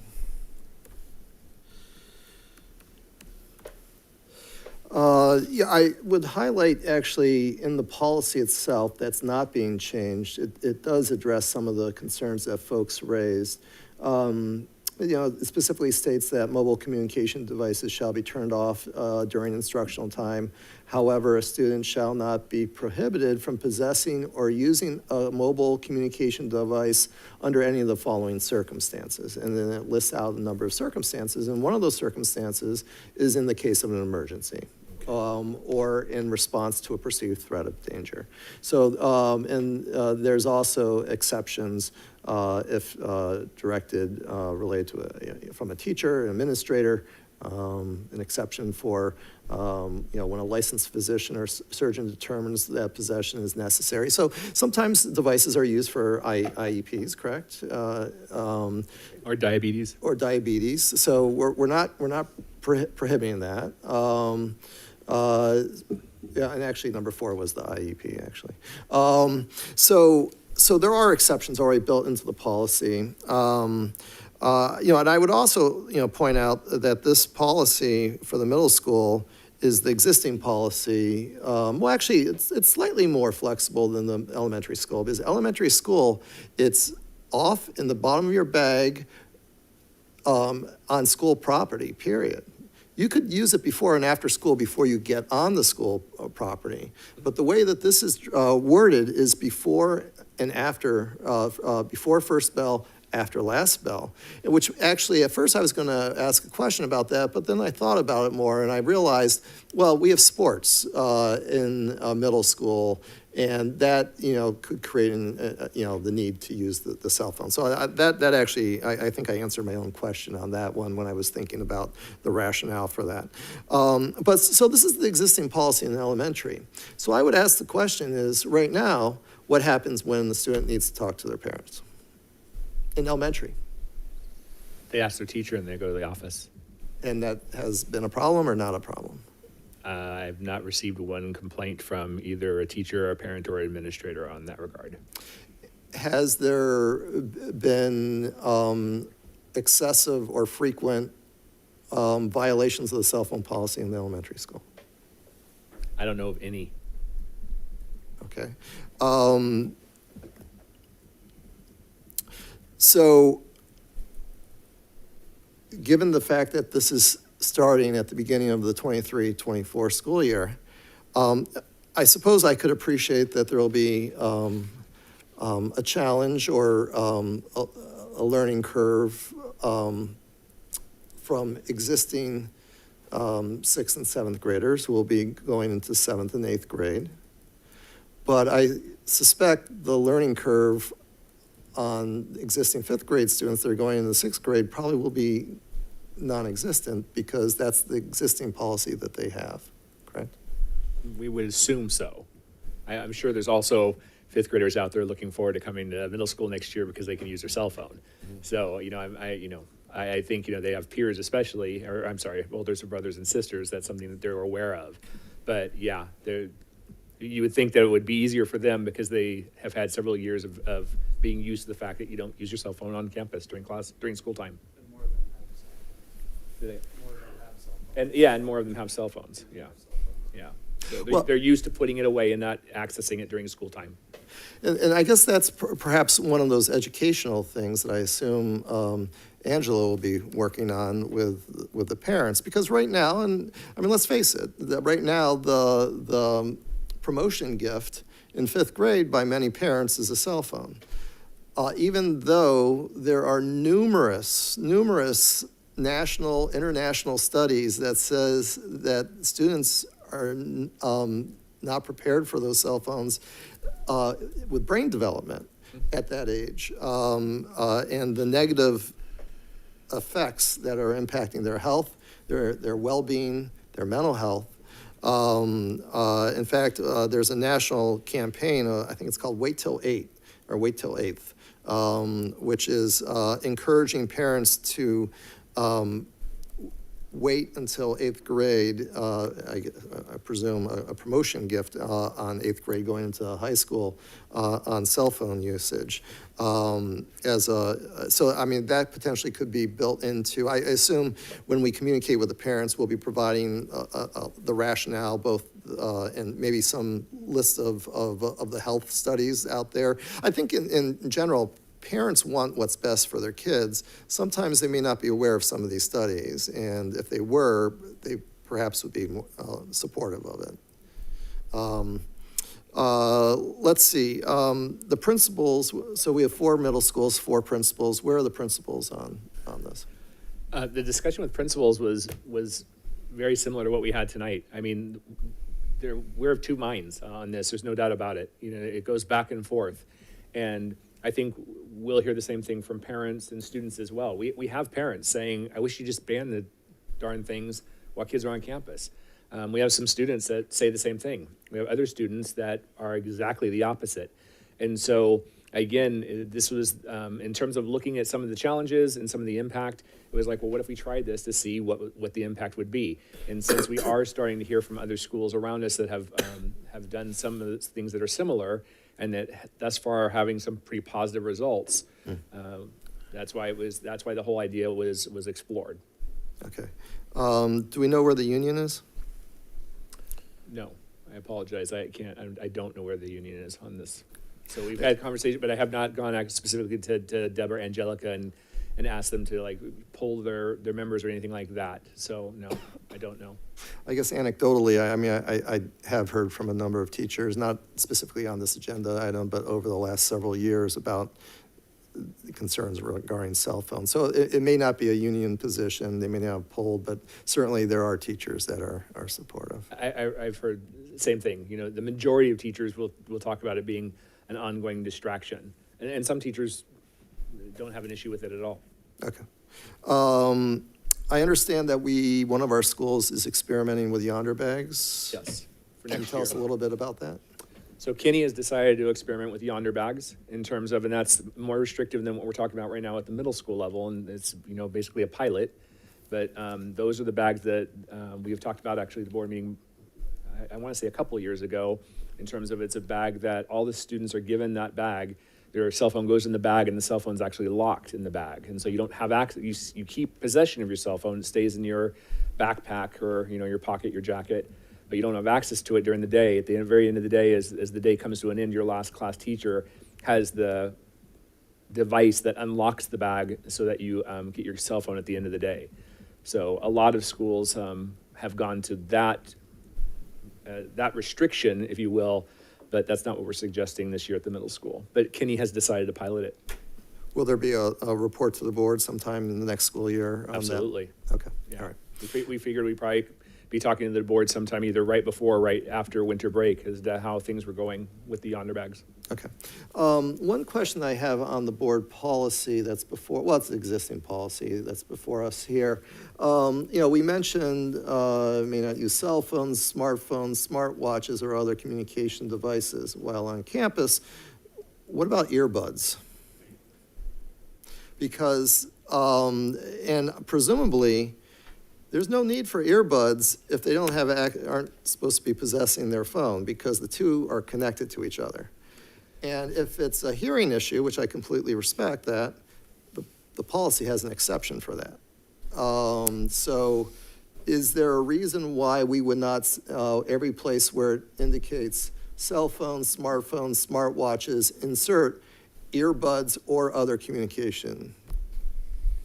Yeah, we could definitely do that. I mean, yes, you know, the earbuds, you know, go with the smart device or whatever the device is that it connects you to either the internet or to an MP3 player or anything like that. So, and those are also somewhat distracting. They're very popular with kids. I wear them all the time too when I'm not at work. So I love my audiobooks. But again, it's a distraction, and sometimes, you know, teachers don't notice them also as easily, and so you can find out your class is 3/4 of the way done, and, you know, the student's been listening to the earbuds the entire time. So it can be an issue, just like any electronic device can be an issue in terms of a distraction. Yes. Do they use their earbuds with their Chromebooks though? That I'm not positive of, and so I'm getting nods, and I don't know if Pam's available. I don't think she is, but I would think so, because the same thing is they could, you know, use them to plug in like with your computer. So yeah.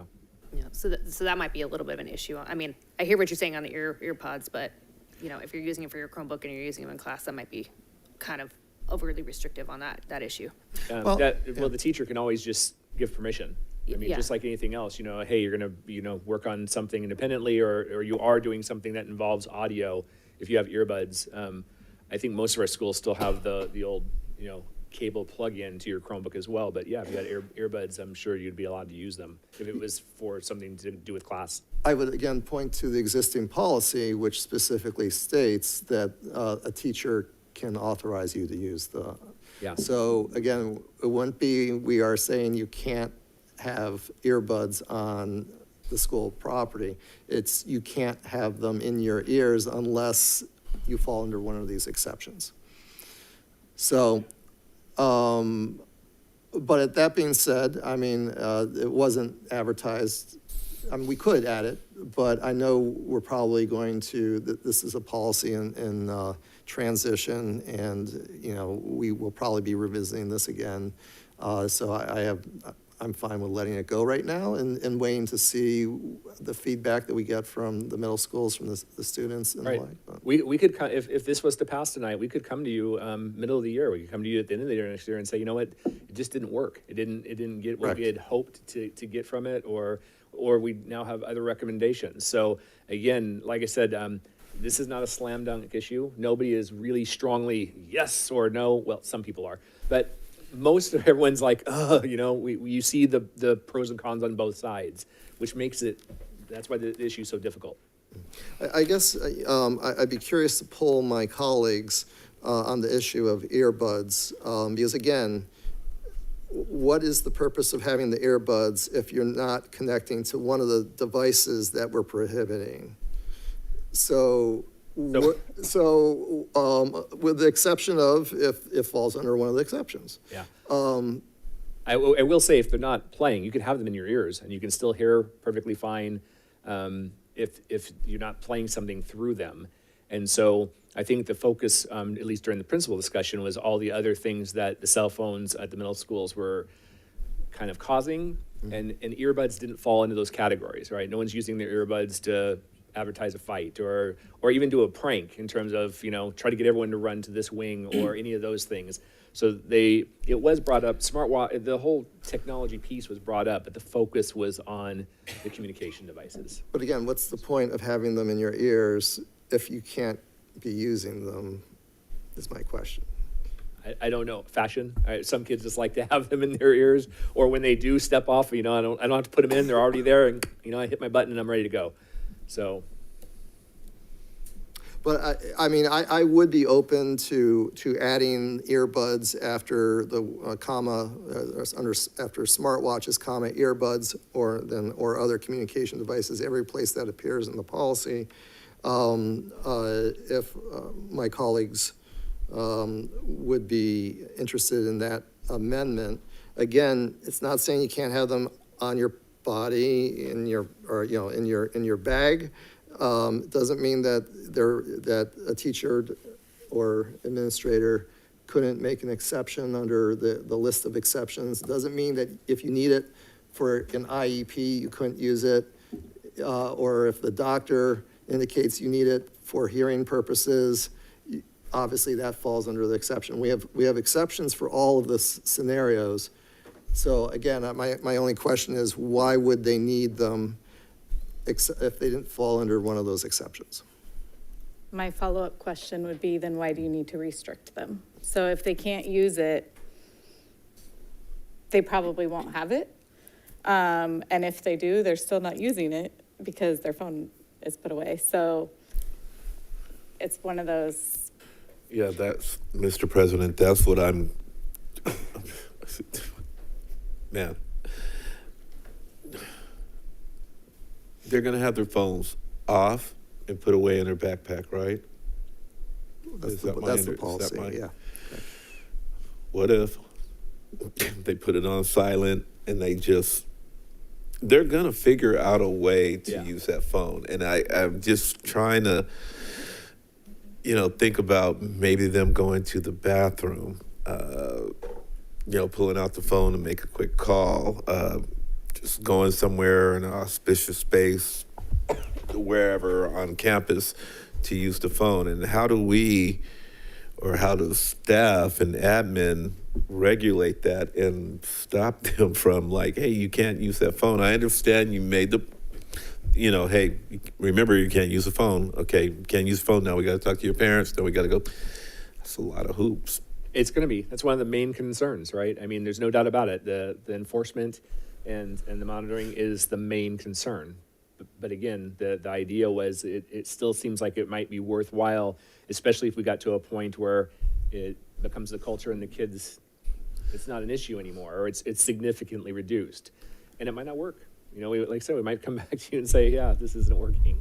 So. Yeah, and I don't know. And then I just think about these parents and if something happens and, well, I need to know if my child is okay. What do you mean you wouldn't let her, because they'll take it to a whole nother level. I understand what's written here, that they could use it, just, emergency situations, but I don't know if the parents are going to understand that, To follow up on the earbuds. Yes. Yeah.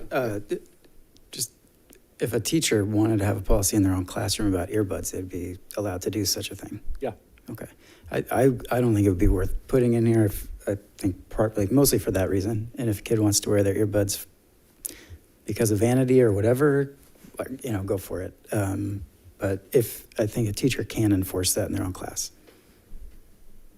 Okay. All right. Doesn't sound like there's a majority for earbuds.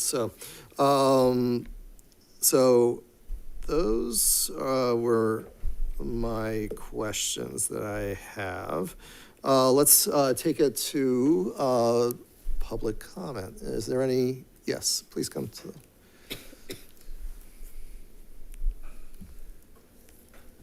And here I was wondering what I was doing this evening. I am Cordova's in-house suspension supervisor, and I can tell you, kids do nothing but play.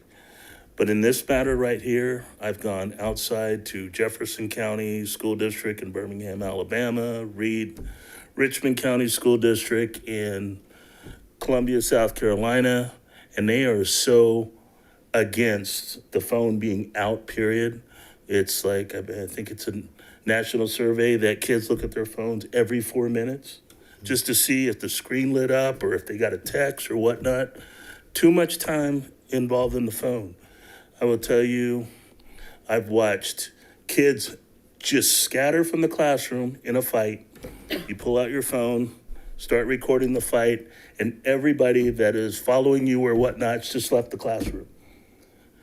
Our school has 2, 3, 4, well, now we have like 4 campus monitors. Could you imagine 2,000 kids or half of that coming out of classrooms, converging on a fight and trying to deal with that? And then on a personal level, we had a couple individuals in-house, had the earbuds in. He couldn't hear what I was telling him. I went to reach to tell him that his earbuds were in, and he slapped me. Then I grabbed him because he slapped me, and now there's an altercation. And I don't feel that I was supported by the school district. So in a situation like that, what are you gonna do? There's a lot of things to think about. What I encourage you to do is look at other school districts. Not other school districts around Sacramento, California, because we tend to be a little easy on our kids. Where in the southern, eastern schools, education is really important. And they will give a student 3 to 6 hours detention, not during school, after school, for violating that policy. And what they'll end up doing is either homework, where they'll get double the time. So if they serve an hour doing homework, they're credited for 2. If they want to clean the campus, it's straight time, and it runs just like a checkbook. Every time you violate the policy, it's your balance. 3 hours, 6 hours, 3 more hours. You got 12 hours to serve. Do it in-house after school. Homework is double time. Campus cleanup is straight time. All of that has to be done before you can go to a prom, football game, basketball game, all these after-school activities that we know our kids love to go to.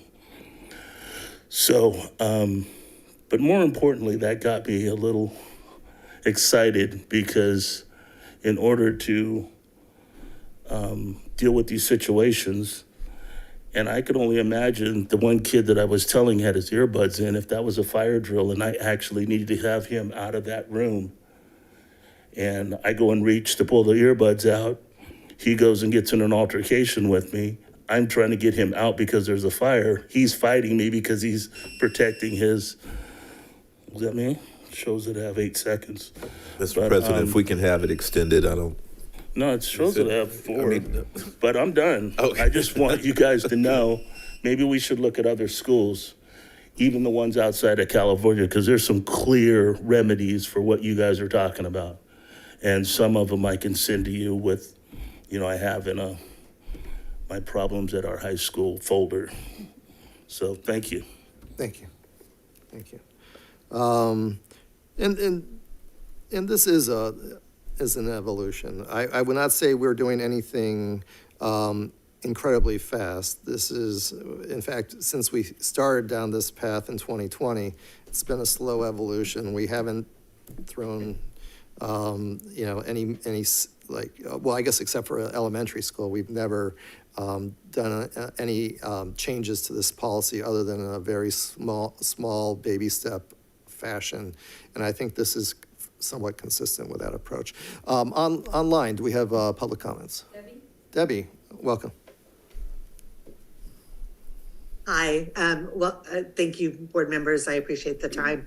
As a classroom teacher, wrestling with this, it is an issue. I mean, we're dealing with TikTok videos. We're dealing with kids, gathering around porn. And then when you come next to them, they scatter and it comes off. But because it's an issue, I think one piece that I really would like to see the district look at is make sure that if the kids are doing this over and over again, and there's multiple times that they're being called out for the cell phone, please look at mental health support. There is an addiction. I've had kids in my class addicted. I've worked with parents to help them off.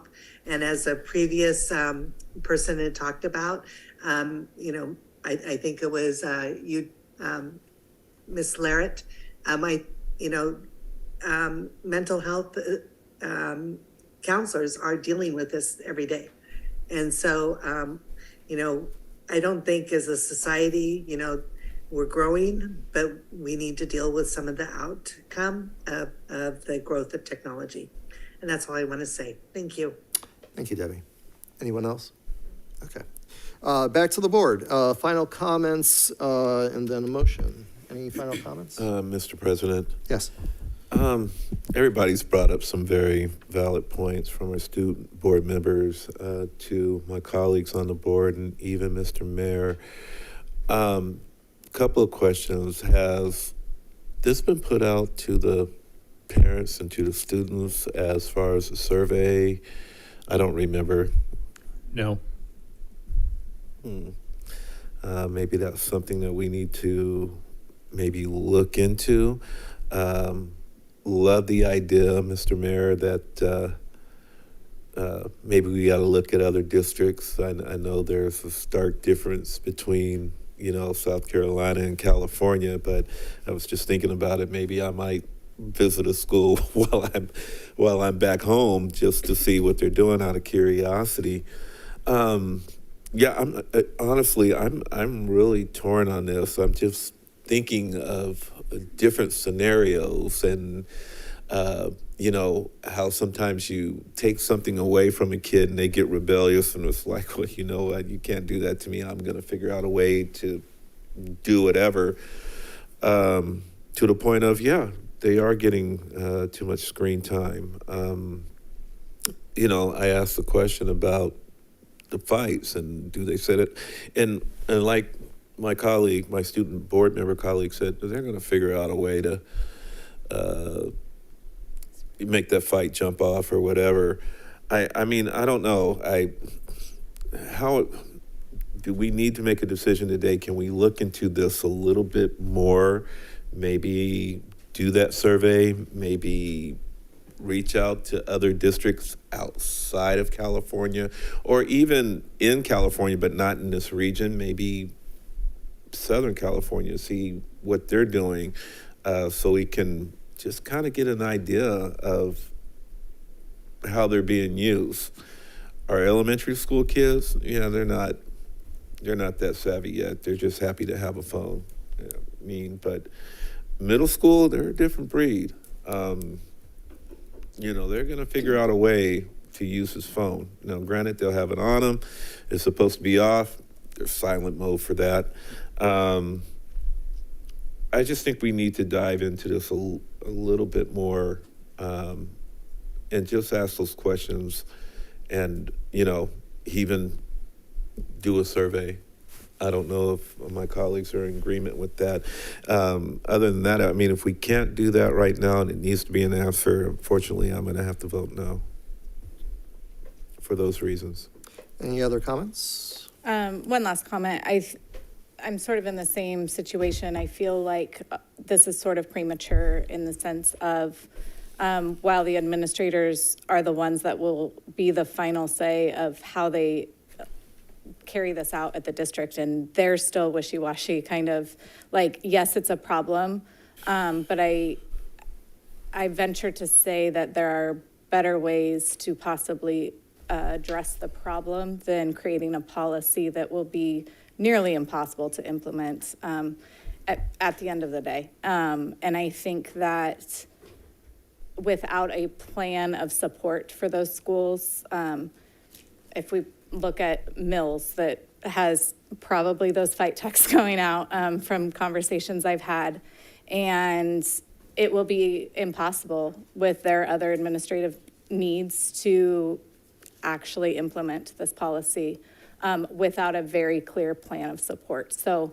I'm feeling like this is premature, and I get the timeliness of it to need to communicate to parents, but realistically, that communication, school's over in a month, and then really there's not time when they come back to be able to be very clear in how this policy and the why, and students and parents turn off school in that summertime. And so I think it's premature in the sense of just not being ready to clearly roll out this policy. I think if we had a really heavy year of educating on best uses, best practices next year, and if we're still not seeing that change, then we have an entire year to create a plan that will help support these schools to carry out a policy that is going to be a very difficult policy to carry out. And so I think for me, if the vote needs to be taken tonight, it would be no for that same reason. Other comments? Yeah, I mean, I think for me, just talking to some teachers and things like that and talking to campus staff, trying to control 2,000 kids when there is a fight on campus. And I've literally talked to teachers where they say they just leave the classroom. They're just leaving the classroom. And I understand that there is going to be administrative burden to implement this policy, but would be possibly alleviating some of the burden that we currently have by having students walk out of class, a teacher having to mitigate pornography use in the middle of a class day, you know. So I understand that there is burden there, but there's current burden now.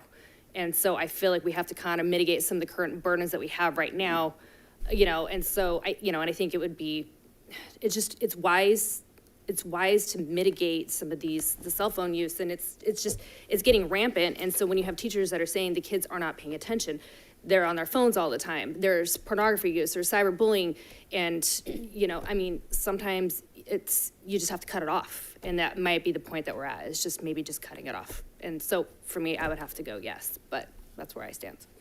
Okay.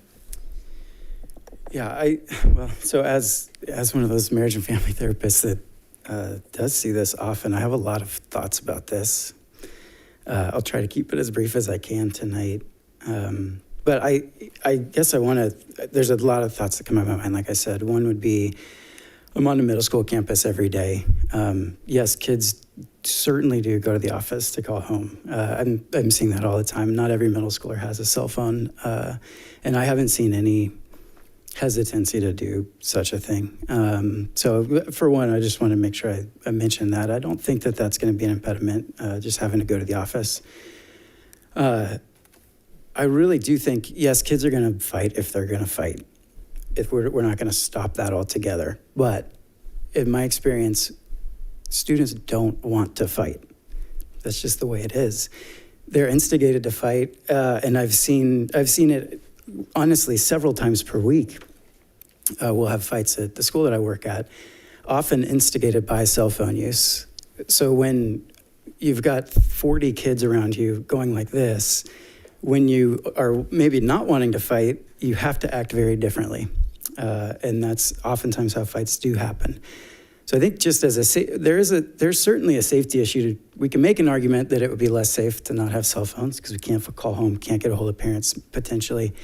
But I would say it's just as much of a student feeling safe. If those cell phones aren't out during that fight, I think that students would feel much more safe, let alone after the fight's over, when that video is going all over Instagram. We had an Instagram page just about fights at our school, just solely for that. That's embarrassing for kids. It's humiliating for them. So we're not going to stop fights. We're not going to stop every video from being made of a fight, but to not do anything, to not say we should work on this, I think would be, it's not fair to our students. At my school today, we had a student smoking pot in the bathroom. Do we have a policy on pot that it's not to be on campus? Yes, we do. We can't stop it all, but we don't just say we're not going to do anything because of that. We've got students that are airdropping pornographic images and videos to other students and staff. We're not going to avoid that completely, but this is all happening. So there's a lot that's going on behaviorally, but more important to me is what I think this policy could do to help our students' mental health, to help their development. I've had countless clients that have had their cell phones taken away at home. And typically I'll ask them how they're doing with that, what it's like to get it back when they finally get it back. I would say probably 8 times out of 10, that student says, it's been really good for me not to have it. I don't even really want to use it. And inevitably they get it back in their hands and 2 weeks later, they're as addicted to it as they were. But from what I've seen of students, they really desire to have something other than just being connected to the cell phone. But if there's no policy in place, if there's no boundary in place, of course, that's not going to be something that they're probably going to follow through with. I think lowering cell phone use, for what I've seen in my clients as well as what I've seen in studies, increases a person's sense of self, reduces anxiety, and increases empathy. 3 things I want for the students on our campus. All of that being said, of course, there's no perfect plan. Of course, students are going to find a way to get around this, as they've done with every policy we've ever put in place, probably here. But I really believe that as adults, part of our job with our students is to sometimes be their forebrain when it's still developing. This is a way for us to do that, for us to kind of help them in that development.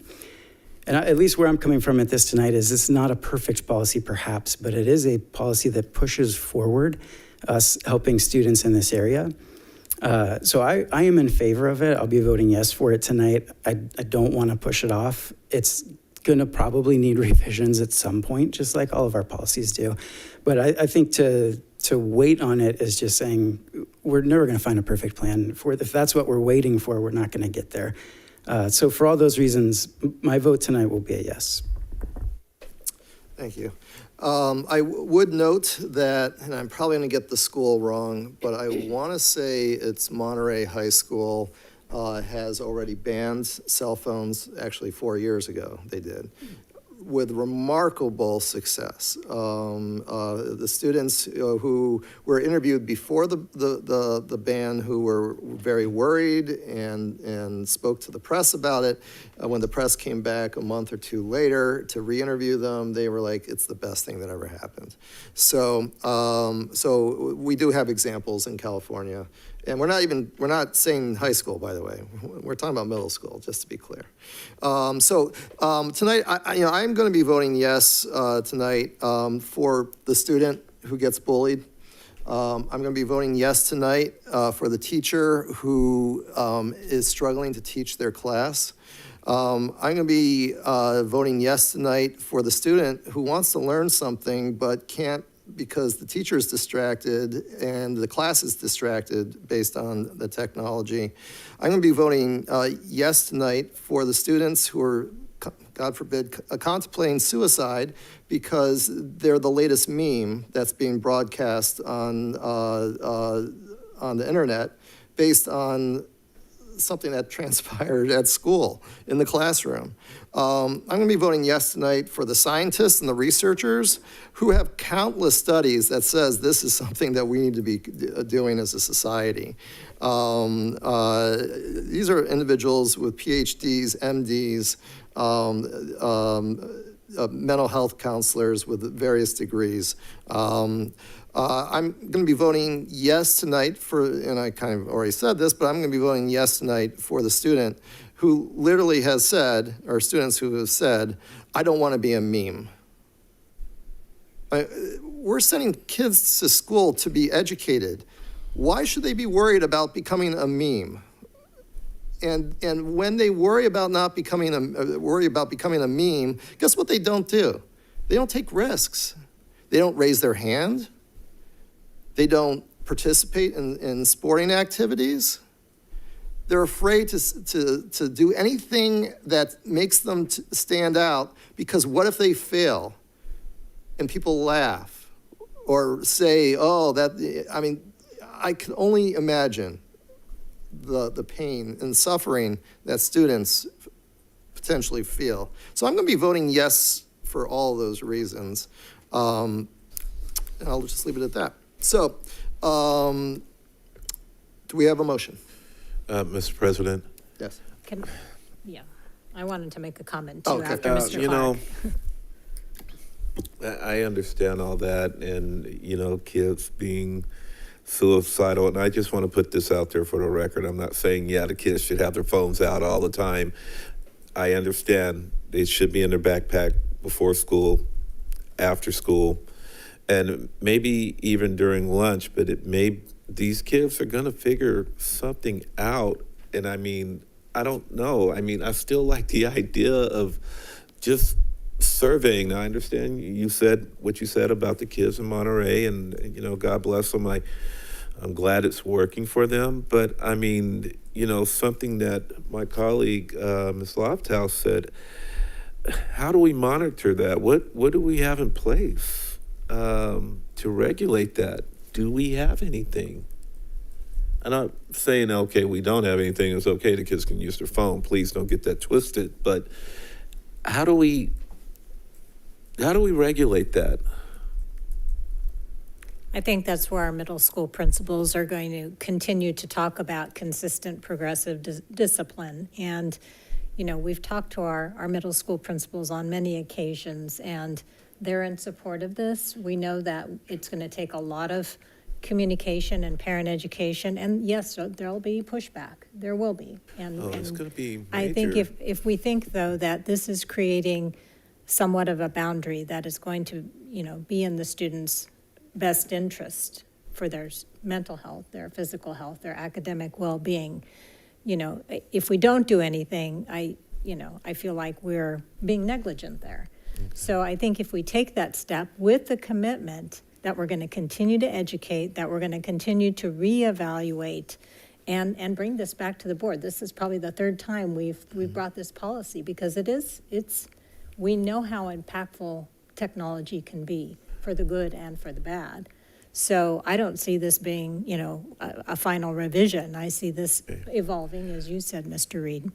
So my question would be, sorry, Superintendent, my question would be, when do we bring this back and take a look at it, and making sure that we have a survey in place, or we look at schools, way outside of our district to see what they're doing?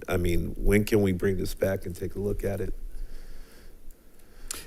Might it be appropriate after a couple of months into the next school year that we get an update from the middle school principals and see how things are going and get their advice on challenges that they're experiencing and successes they've seen, and perhaps tweaks that they might be looking for?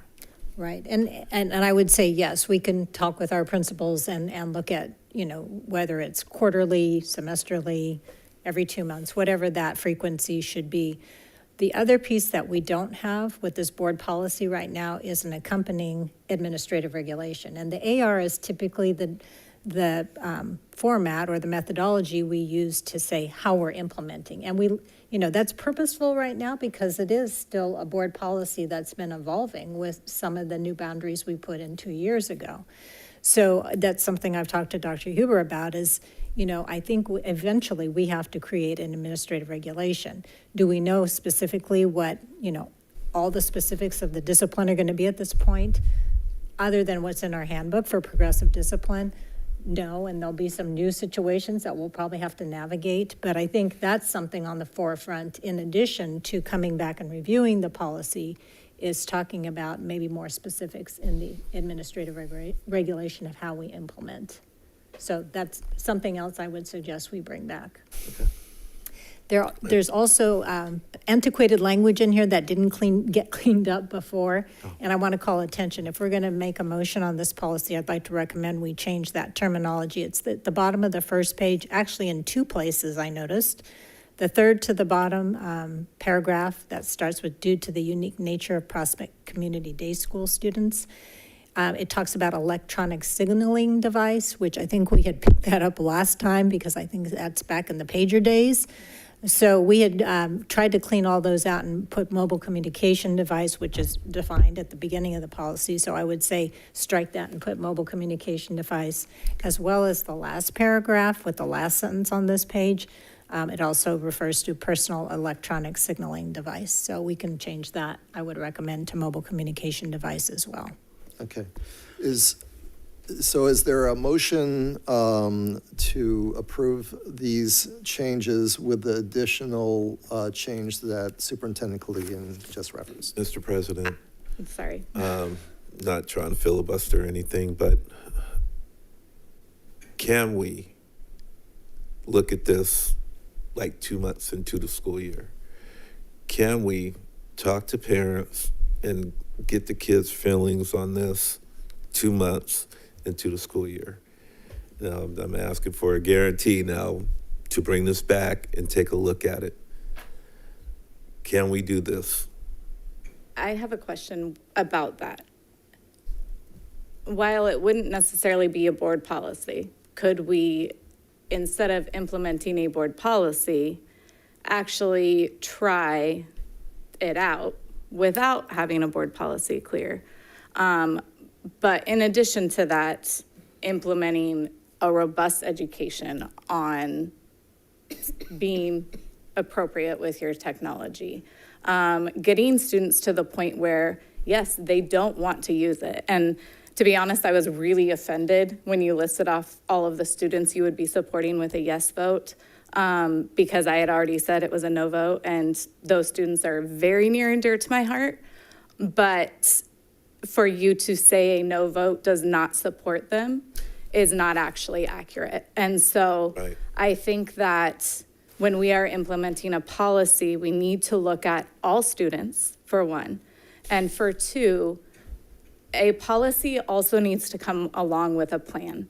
And I am not somebody who is willing to put in a policy that we cannot support, because all of the students that you listed off will not be supported in a policy that we do not have support to implement.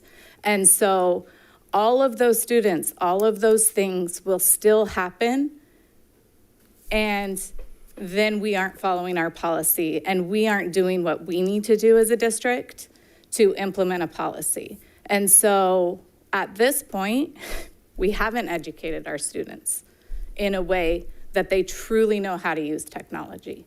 We have done them a disservice by that, and then now we are saying, nope, sorry, you can't have it. And I get it, I totally get it, because I am all for students not having phones on them all the time. My kids, my only one that has one, gives me her phone as soon as she walks in the door. She doesn't get it, because what she has her phone for is for safety, is so that she can communicate with me if she has a ride for lacrosse or doesn't have a ride for lacrosse, or if she needs to stay after school. And when she comes home, she doesn't get that phone, because what can happen in the hours from 3 o'clock until 3 in the morning, we can't implement a policy for students with phones at home. And so all of those things are still going to happen. And now we have done a disservice, because we have, instead of creating a instructional model that we can teach kids the best way to use it, we're putting a policy on them that we cannot support. And all of those things are still going to happen from 3 p.m. till 3 a.m. because, trust me, the conversations you have with parents of just take the phone away, it won't happen. I had parents say, well, they're up till 3 a.m. playing video games. Okay, well then take away the phone. And they're like, oh, we can't do that. So we can't create a policy for home. What we can do is we can start teaching our students how to use their devices or not to use them. And sure, from September or from August to November, let's try it out. Let's say, hey, no phones. And have the schools implement that as a rule, because they can have a rule that's not a board policy. And if it works, great. Please bring all of the things that worked at your site, and that's going to be part of the AR. That's going to be how we carry out this board policy, and that's how we're going to be safe for our kids. So those students that you listed off, I 1 bazillion% support, but I don't think it's fair for us to put a policy in place that has no plan of implementation, because students will sneak off, they will do all of those things, and it could potentially be worse, because to me, a safety issue is also students trying to find a place to use their phone, and students sneaking off and texting somebody to meet them so and wherever. And so while it's not perfect now, this is also not perfect, and we don't have a plan to support it. So every single one of those students, it's not fair to say that a no vote doesn't support them. It's not fair to say that we don't want to eliminate this as a problem, because we all agree that it's a problem, but we have to have a plan in place to be able to implement it. Board President? Yes. I think what I heard from Dr. Kaligian, correct me if I'm wrong, is that the district staff's in favor of this board policy and confident that the administrative regulation, they would have time to be able to come up with that plan so we can implement it at the beginning of next school year, correct? Yes, yes. The middle school principals are in support of this policy, and bringing back an administrative regulation after we've, had some time to look at that is more the how piece, but it doesn't mean we don't put the boundaries and the lanes there. Right. And we do have a discipline policy. It's in the handbook. Yeah. Yeah. Okay. I appreciate, Ms. Lofthouse, Mr. Clark, what you guys are saying. I still continue to be in favor of this for that reason, for the reasons that I listed before. So I will move that we approve this policy with the recommendations of the edits that Dr. Kaligian suggested earlier. All right, motion by Mr. Hui. Is there a second? I'll second. Second by Board Member Lorette. Superintendent, take the roll. Ms. Perez? Aye. Ms. Shrivastava? No. Mr. Clark? No. Mr. Hui? Aye. Ms. Larrett? Aye. Ms. Lofthouse? No. Mr. Reed? Aye. Motion carries 3-2. Thank you. Thank you. Next agenda item is adopt resolution number 04-20-23-40, the 1300 campaign. Superintendent. Yes, this item is coming back to the board as requested by the board through consensus to look at adopting the resolution that supports the 1300 campaign. It's a community-led and system change initiative that seeks to transform permanently the historical systemic barriers that have limited opportunities for young men of color through a very strategic approach.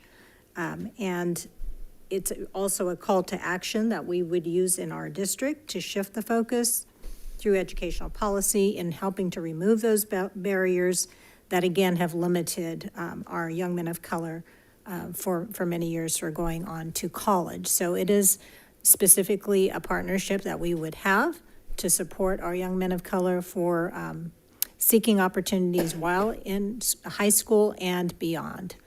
So with that, we can answer any specific questions. We also did review this with our subcommittee at the March 20th meeting. Okay, questions?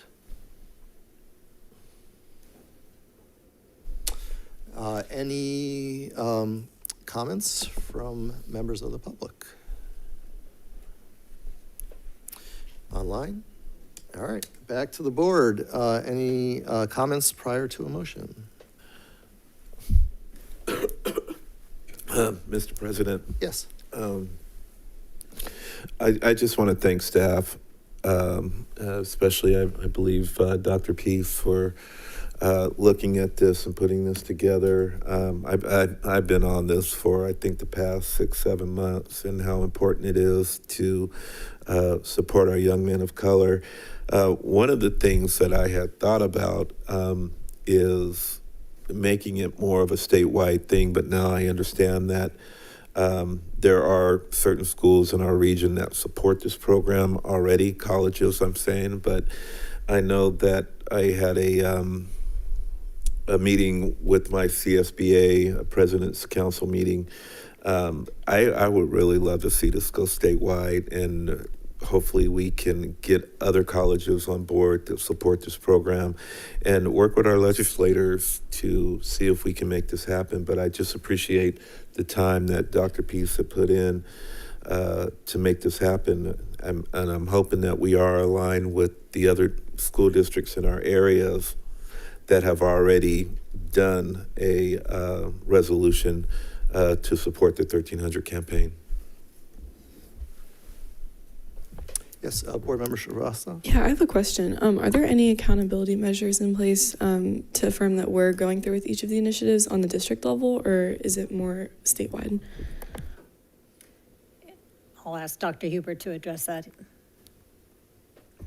In terms of working with, for instance, IYT, we at the end of the year, we get a report from each year in terms of the young men that have gone through the program, how the program's working, the impact that it has on them.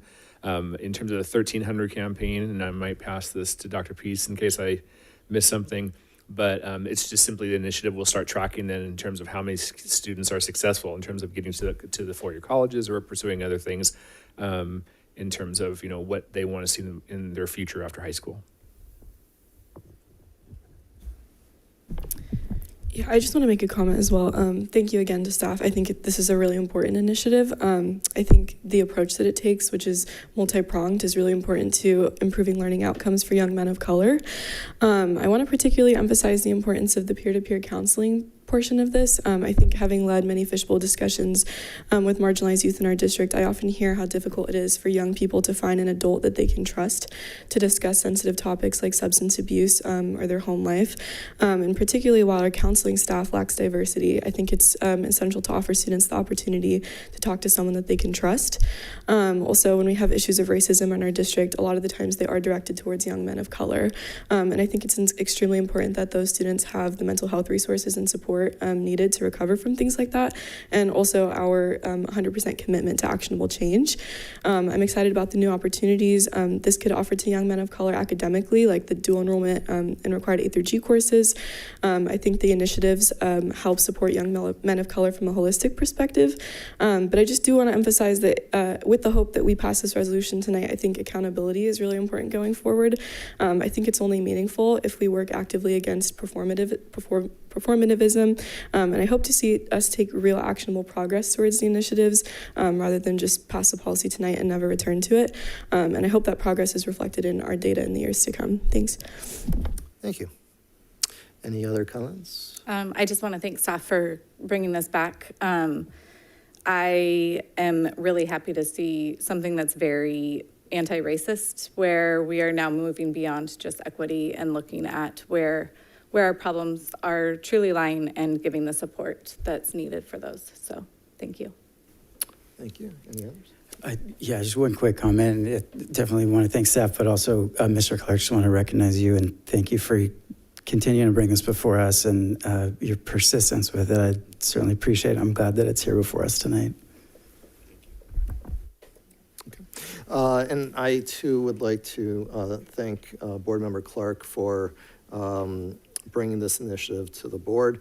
I will be a strong yes on this. I have, as folks know, have been speaking very passionately about the level of disparity and challenges that are facing our young men in this country. And even when you look at men as a demographic, and you look at men of color as part of that demographic, the statistics are even worse with young men of color. So this is a promising start, and I look forward to what other things we can do in the future to help our young men. So is there a motion? I'll move it. A motion by Board Member Clark. Is there a second? I'll second. Oh, that's fine. Second by Board Member Srivastava. Superintendent, please take the roll. Ms. Perez? Aye. Ms. Srivastava? Aye. Mr. Clark? Aye. Mr. Hui? Aye. Ms. Larrett? Aye. Ms. Lofthouse? Aye. Mr. Reed? Aye. Motion carries 5-0. Thank you so much. Thank you. All right, that takes us to agenda item 12, discussion, first read, Board Policy 5144, discipline. Superintendent. Yes, this board policy has changes that have been shared with Safety Committee and also with our policy subcommittee, specifically the changes that are coming, and this has also been vetted through CSBA's updates, are clear expectations of when administrators are dealing with a student discipline as opposed to law enforcement. So it does call out that specificity in this policy. And that's the major changes that we see in this one. Okay, questions from the board? Yeah, I have a couple, Board President. Yes, Board Member Hui.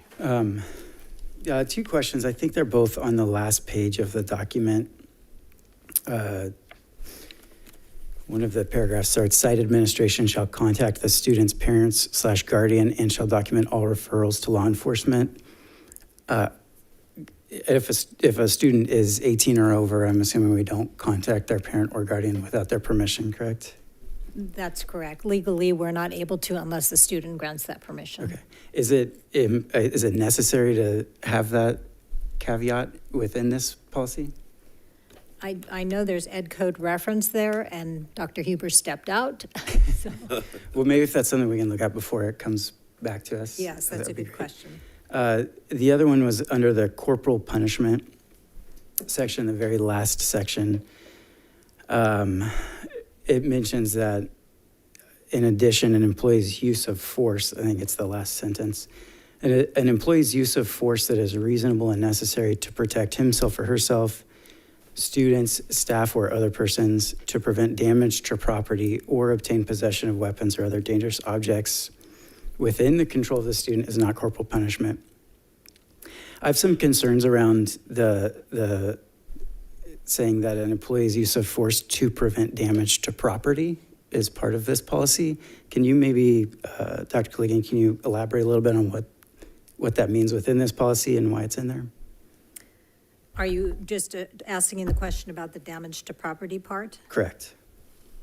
I can maybe talk a little bit more about what my concern is there, just so you can answer that I myself would not like to see an employee use force with a student if the student was going after property that wasn't going to harm or damage another student or themselves. Right, and this, there is flexibility in the way this is written, but it also is referenced to ed code that staff has the right to restrain a student to prevent injury either to that student or to someone else. That's the way it's written, but it also allows the staff person to use their discretion and their level of comfort. And I know it sounds gray, and I don't know, Mr. Meyer, if you've had experiences that you could specifically address that is maybe person-related versus property-related? Right. I think the most recent one was a student punching windows and breaking windows. So it was, I don't know if restrained, but moved. I don't know if it was a full restraint. We've had students with weapons hitting stuff. We've had offices destroyed where it could be a safety issue. So I think the two are tied together. It's, but I completely understand where you're coming from. I mean, I wonder if we lose anything in this policy if we take that, just take the prevent damage to property out. In those situations, that does sound like use of force would be used to protect a student from themselves when they're punching the window. If there's a weapon and they're, potentially in danger to others. I mean, honestly, just my own comfort level would say if a student has a weapon and they're alone in a classroom, I'd let them go to town. That seems like a more wise thing to do to me. That's probably not a very common occurrence. I'm sure they're typically around other people, but I guess I'd wonder if the board would entertain taking that part of the policy out if we're not going to lose anything from the policy. I think the only comment I would make is this language comes straight out of Ed Code, and Ed Code really does supersede. So unless we're seeing something problematic that we've experienced in dealing with discipline that impacts damage to property and restraining a student, I would probably recommend we go with the language from the Ed Code as is. Okay, appreciate that. I'm sure this will come back before us, so I'll Yeah. take some more time to think through that, but thanks for that Okay. explanation. Thank you. Okay, any other questions? All right, I don't see any members of the public. Is there any online? Okay. Back to the board. This is just for discussion. It's a first read, so this will be brought back to the board. Next item is first read board policy 6157.22, virtual learning. Superintendent. Yes, and this policy is a new policy for us, and it is coming as a first read as well. And it was shared with our policy subcommittee. So as you look at the actual example of the policy, everything is in blue because it's all new language. But because we are in an environment now where we do have virtual learning, it's important that I think we define that. So again, this is coming mostly from CSBA, but it also addresses where we are as a school district with a campus that's fully virtual and so forth. So unless there's any specific questions, we would bring it back for action at the next meeting. Questions? So this, just to confirm, this is a CSBA policy. Yes. And Dr. Huber, can you confirm and if we added any language to the CSBA policy on this one? I don't think you did. I'm sorry, Dr. Kaligan, can you repeat that for me? On this policy, most of this is coming from CSBA. Did we add Yes. any other language This to is it? this is CSBA. Okay, thank you. All right. Actually, I apologize. There is one member of the public. Is there any members of the public who would like to speak on this? Okay. Online? All right. Again, this is a first read, so this will be brought back at a future board meeting. All right, that takes us to agenda item 13, information, dual enrollment implementation for 2023-24. Superintendent. Yes, and again, this is a follow-up from some discussion that we've had about where we're at as a district with implementing dual enrollment. We've been talking to our local community college partners at Folsom Lake College through Los Rios Community College District for quite some time, and we are really appreciative of the fact that we now have a signed agreement with Folsom Lake College and working with their faculty and working with Dr. Huber and his counterpart over there to get this in place now so we can offer dual enrollment courses for several courses that are all three high school students who want to partake can do so starting next fall. So it's an information item, so unless there's specific questions, I just want to acknowledge the staff that put this together, thank our partners at Folsom Lake College, and look forward to implementing. I just had one quick question. I know that when we were discussing the struggle in finding Spanish teachers, if that was going to be able to be an opportunity for dual enrollment at Folsom Lake. We did bring that up because we were looking at every option possible, and they do have a pretty robust Spanish program, but I'll let Dr. Huber address that because currently it's not in next fall's offerings. Right, we are still exploring the possibilities, especially offering even higher levels of Spanish through dual enrollment. And so it is definitely something that we're looking at and a possibility for the future. And I really would want to call out the work of Ms. Cadell and Ms. Warner, who did the lion's share of the work on this. Just an outstanding job by the both of them. And I just want to thank them publicly for all their hard work.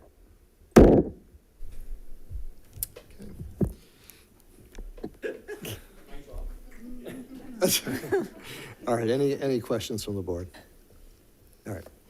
Again, that was just for information. So that takes us to agenda item 14, superintendent's report. Superintendent.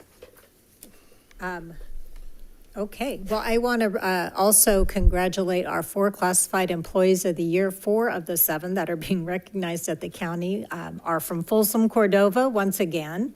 And Mr. Korn pointed out who they were: Carrie Waddell, Amber Demas, Terry Douglas, Daniel Erickson, and they represent many different sectors of our classified employees, and I think speak volumes of, the quality of employees that we have. They are now moving on to the state for that state level recognition, but we are very proud of them, so kudos to our team. I also want to commend our students who participated in the MAC art show last week. We had standing room only over at the MAC Museum, and we had students who had submitted artwork from pre-K through high school. And I understand from their executive director of the MAC that this is one of the biggest audiences of parents and student participation that they have. But what was really inspiring to see was the students' pride of their artwork, seeing it on the wall and displayed, and talking to their parents and talking to us as staff about it, and their innovation, their creativity, the critical thinking that goes into artwork. And also some of our teachers and staff that were there that also were so proud of their students. So I commend all those students and the staff that participated in that event. I also want to congratulate our Theodore Judah fifth graders who won first place at the State History Day competition about a week ago. So congratulations to that team. Looking forward to the international night that our SAB team has been working on, and all the student performances and celebration of cultures and diversity. It's going to be an exciting evening, and I hope you can all join us. I believe there's also food trucks coming from 4 to 6 o'clock. So if you're worried about when you might have dinner in that time frame, there's going to be great opportunities there. And then lastly, April is our Arab American Heritage Month. So just a shout out, it is on our district website as well. Thank you. All right. Next is board reports, agenda item 15. We'll start with the students. Board Member Shrivastava. Thank you, Board President Reed. I just wanted to say thank you to Dr. Pease and Ms. Jackson for all their support these past few months in the process of planning International Night. Again, it's next Wednesday from 6 to 8 p.m. And yes, there will be food trucks. We did work really hard on it, and I just want to encourage all students, families, and community members to come out and celebrate the diversity of cultures that exist within Folsom, Cordova. I also want to acknowledge that with events like this one, where we're really acknowledging the beauty and richness of our students and their heritages, it's really important to take real actionable steps towards building equity in our district. So I want to encourage all the families who are appreciating the richness of those cultures at International Night to also think deeply about the ways that our schools are missing supports for marginalized students in our districts. In the spirit of taking real actionable change, I just want to take a moment to discuss some equity concerns I have. I am really proud to see Folsom Cordova define clear boundaries for law enforcement on campus. It was a long time coming with the Safety Advisory Committee, and we're working towards solving conflict restoratively in the hands of site staff rather than with the police. But I do think that there is plenty of room for growth. We are well aware of the fact that Black and Brown students in our district are disproportionately impacted in nearly every area of measurement, including attendance, graduation rates, test scores, suspension rates, and expulsion rates. So I think it's pretty clear that marginalized students in our district are suffering. And I think as we go forward with actions like approving the 1300 campaign, we have to examine the root causes of those problems to affirm that they're not performative. The Southern Poverty Law Center finds that students in schools where SROs are stationed are 5 times as likely to be arrested than students in schools without SROs. Moreover, our district lacks teachers and counselors of color, and the new wave of encouraging charter schools to come into our district strips more funding away from the communities themselves and reallocates it to outside entities that do not understand the complex needs of our students, particularly those within marginalized groups.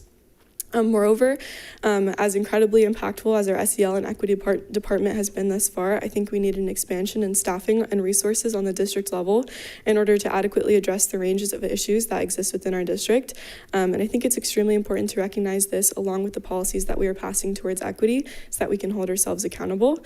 And again, I just want to encourage all secondary students to take advantage of the opportunity to vote for their student board member next week. I think it's really important that the student up here speaking for our students reflects them and their values, and I'm confident that we will select the student best fit for the job. It has been such an honor to serve as student board member this past year, and I'm looking forward to passing the torch to a group of students that are equally passionate as myself and Rocio. Thanks. Thank you. Board Member Perez. I wish the best of luck to all student board member candidates. We are looking forward to the outcome, and we hope to see all community members and families at our International Night next week, 6 to 8 p.m. at Cordova High, and I will translate it right now just to extend an invitation in case we have any Spanish-speaking audience watching right now. So, esperamos ver a todos los miembros de nuestra comunidad y sus familias en la Noche Internacional la próxima semana de 6 a 8 p.m. en Cordova High. That's it. Thank you. Thank you. Board Member Lawfast. I just wanted to thank and congratulate all the winter athletes and coaches that were here this evening. I greatly enjoy having students kicking off all of our board meetings, which has been our trend lately, and I'd love to keep that up. Congratulations to the 344 RFEP students, and I would love to have them come on an evening, so we'll try to coordinate that, but I would love for that to be a group of students we get to recognize at our board meetings. I cannot wait to attend the International Night next week, and although our current student board members will be very hard to replace, I look forward to seeing the new leadership that comes here. Congratulations to the CSEA employees that went on to the win the awards at the county. Congratulations to the FCA Scholarship Award winners and also the new leadership. We look forward to working with you. I look forward to moving forward and beginning with our district's relationship with Project 1300 and hope to see more initiatives like that come forward as well. And I'm also excited to see the opportunities with dual enrollment for our high school students. And I would just like to reiterate that, again, while I voted no for the cell phone policy, it is not because I don't want the best for our kids. I truly believe that that is getting phones out of their hands. And at this point, I'm just very hopeful, since it did pass, that we will see a very clear plan for implementation because our school sites will need it for it to work. And I also hope to see some strong digital citizenship education rolling out for our students. Thank you. Board Member Clark. Yeah. And for the record, I echo what Board Member Lofthouse has said about the cell phones. I share the same sentiment. A couple of things. I did visit schools, but however, I am not going to mention what schools I visited in the past 3 weeks, just for personal reasons. I want to, man, there's so much I want to say, but, and it's about you guys. I just want to thank our student board members. You guys have been a voice and you have been a force to reckon with on this board, and I appreciate everything that you guys have done, from your SAB meetings and this international night. Now I want to touch on that because I will apologize, and I will not be able to make it. I will be back home visiting my family, but I will be there with you in spirit. I wish you nothing but the best on your event. I know that you guys are, going to be amazing, and the food trucks, sorry, I'm going to miss that too. I want to thank all the students who have applied for the Clark Memorial Scholarship from Folsom, Cordova, and Vista. I think what's going to make this really special this time is that while I'm back visiting my dad, he will have the opportunity to review all those applications, and I think he's going to actually call the winners. So I know it's going to mean a lot to him to do that.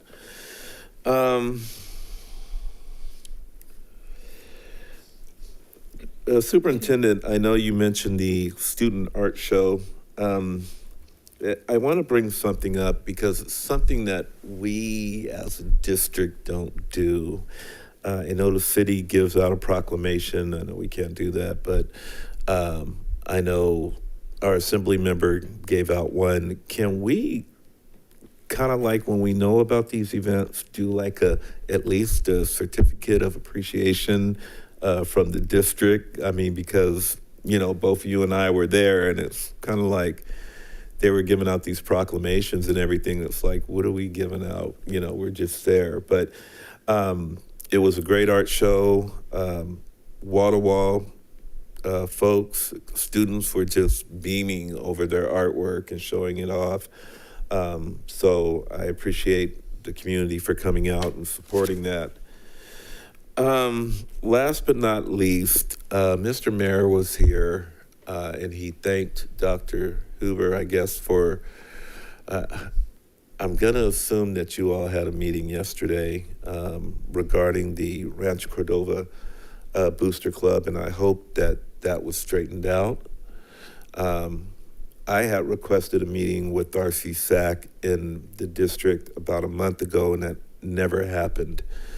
And, you know, when it comes to Cordova sports or athletics, we need to be on top of it because those students, those programs are suffering, and I know we can do better.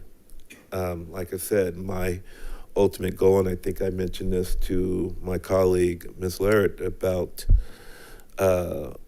recognizing our football programming, strengthening that, and making those kids feel special. Vista has Meet the Eagles. Folsom has Meet the Bulldogs.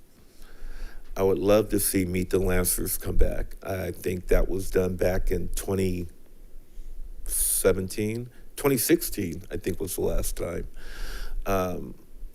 We've got to treat all these programs the same. You know, it just seems like with Cordova, we're last, and it shouldn't have taken this long to get a booster club going. That should have been, how long did it take? How long was that on the table? Well, to be fair, we started it 3 years ago, but I mean, honestly, we had pandemic and then our board president passed and, you know, so it was a labor of love. I mean, definitely yesterday, I feel like we're 99% there, you know, with some minor changes to some language and some bylaws for them. They are there. And, you know, I think the pressure really is that there's going to be a group that will be ready to roll out in the next upcoming season. You know, recruiting parents and recruiting members from each of the sports to sit on the board so that there's voice for all athletic teams to be able to be there. And I know that Michelle Brown mentioned to me that she was working on the Meet the Lancers event and that she was putting it together. So I think that we are ready to make a turn, and I'm hopeful now with some additional parent support and things like that there, that I think that we can hopefully move forward with a hopefully fairly robust programming to support our coaches, you know, because I think what's hard is it's hard on the coaches to try to coach and fundraise and, you know, and so it's like to be able to have the booster club be in place to let coaches do what they do. And that's to interact and build a relationship with students, which is first and foremost. And they do that through the coaching. And that's what they need to be concentrating on, you know, so I'm like very happy that, you know, we got a lot of support getting this pushed through, you know, and, you know, reviewing language and things like that, you know, I would say probably with the language changes for them, it'll probably take them about 8 minutes to make the changes that are required. Okay. So if you're optimistic, I am double optimistic. I want to see this happen. He thinks I'm a curmudgeon. It's all right. Right. And then I want to give a special shout out to a student out at Mangini Ranch, Colin, who, yeah, I should, huh? I mean, this kid is awesome. He said, I'm going to draw you a picture. And it was like, yeah, do that. And I didn't think he would, but he did. So I'm going to give Colin a special shout out. Other than that, that's it, and that's all. Let's see, Board Member Lorette. Yes, I just want to tell you that when I went with superintendent to Mangini Ranch, they wanted to know where you were at because he had his picture for you. So he was, oh, is Mr. Clark not here? Because he was excited to give you that picture. So, but yeah, I wanted to just give a shout out to our winter sports. Sports are near and dear, and I'm very enthusiastic about the rising numbers that we have of kids participating. I think that's a really good sign of return to engaging with our athletics and our after-school programs, and I see that as a good sign of making somewhat of a turn on that. I want to thank district staff for all the support that they give to our athletics and, you know, understanding how important that is for our kids' development. And thank all of the coaches and the endless hours that they put in, you know, taking time away from their families to be there I mean, track meets are all day long. Football games are extensive to get set up, you know, I mean, and I could go on and on about the sports and how much support goes into that. And not only that, but the administrative staff at the sites that are there, the vice principals and the principals and the athletic directors and all the work that they put into that. Wanted to just thank our teachers and our classified employees and our administrators. I've been going with the superintendent to see many schools, and it's been very exciting to see, first of all, the diverse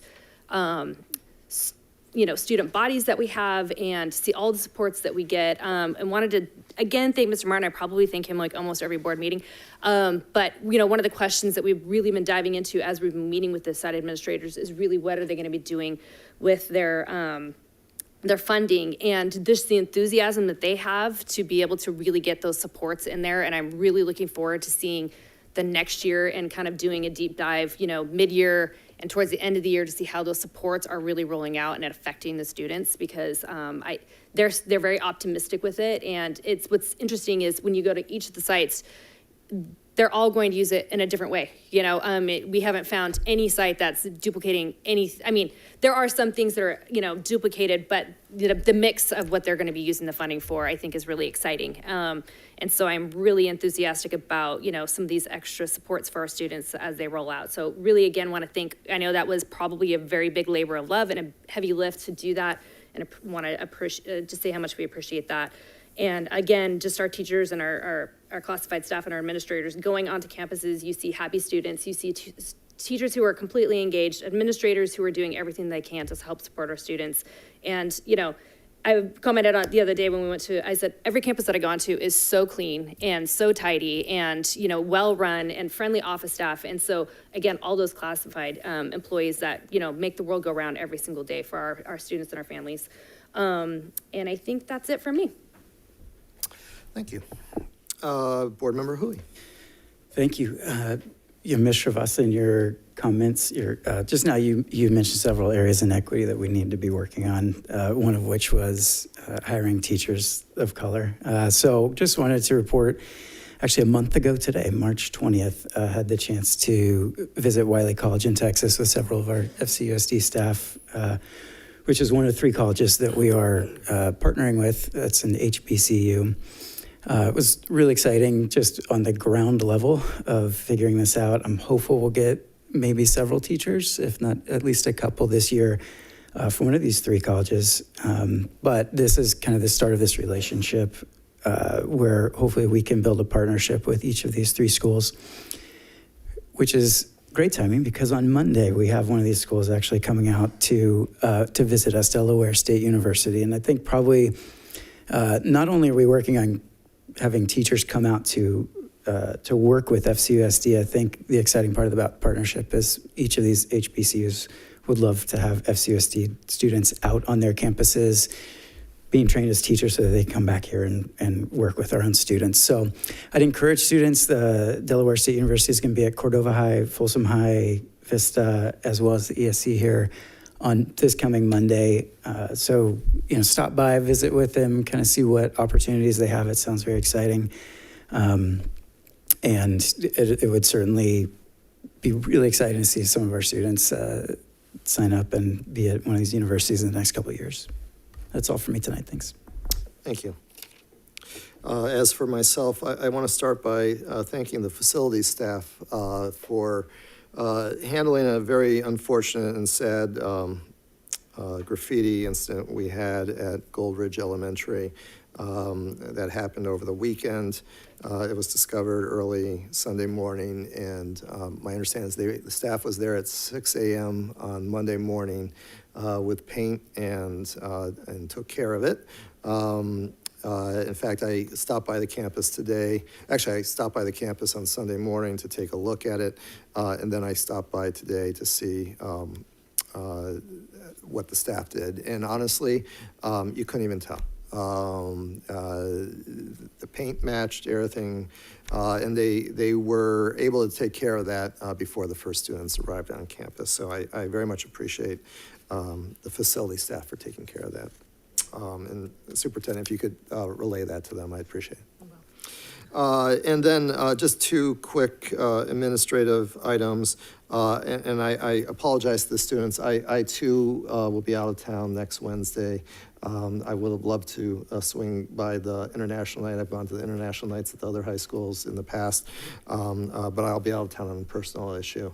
So I won't be able to make that. And also, I just wanted to make it public that the next board meeting, which is on Thursday, May 4th, I will be traveling for work.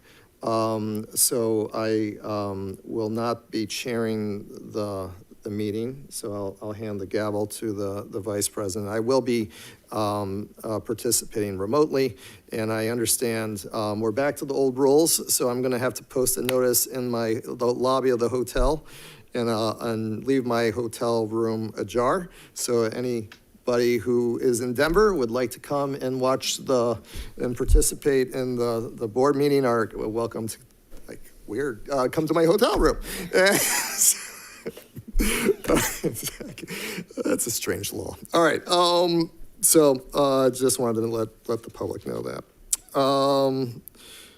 And that's all I have for this evening. Mr. President? Yes. I totally forgot, and I know that the district just this past week had lost an employee, and then more so 3 weeks ago, we lost a very important person in our district, Cordova Joe, who actually happened to be the father of Kelly Richardson, who was the wife of Chris Richardson out at Folsom. But if you're okay with that, and I know we have to come back and close the meeting out, if we can actually dedicate the meeting in both of their memories, both Tina Waddy and Cordova Joe. That's a great idea. Thank you for mentioning that, Board Member Clark.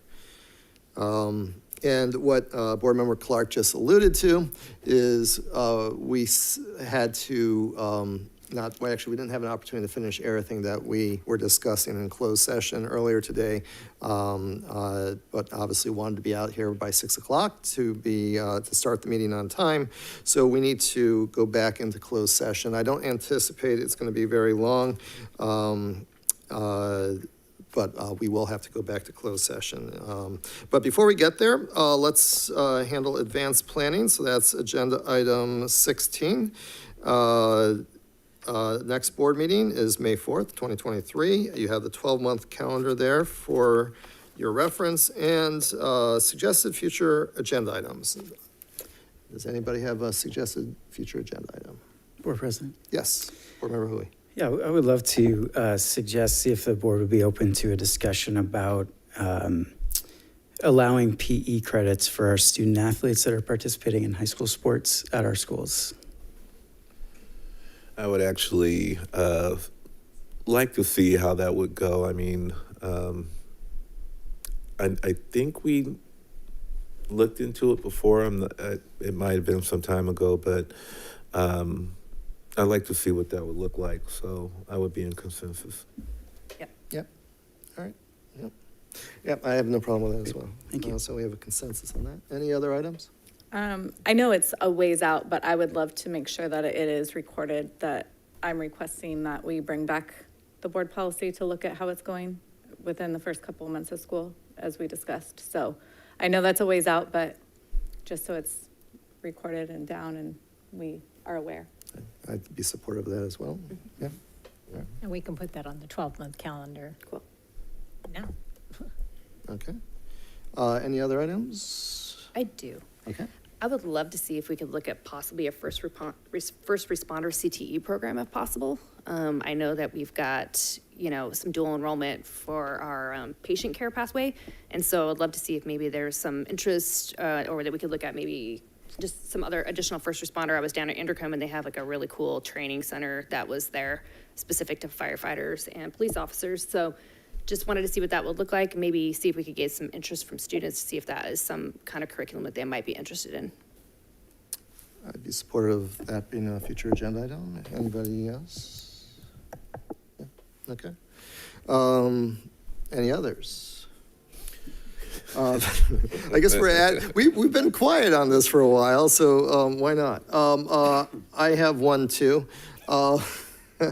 So, and this one has a concern I have regarding how we treat our high schools and equity between our high schools.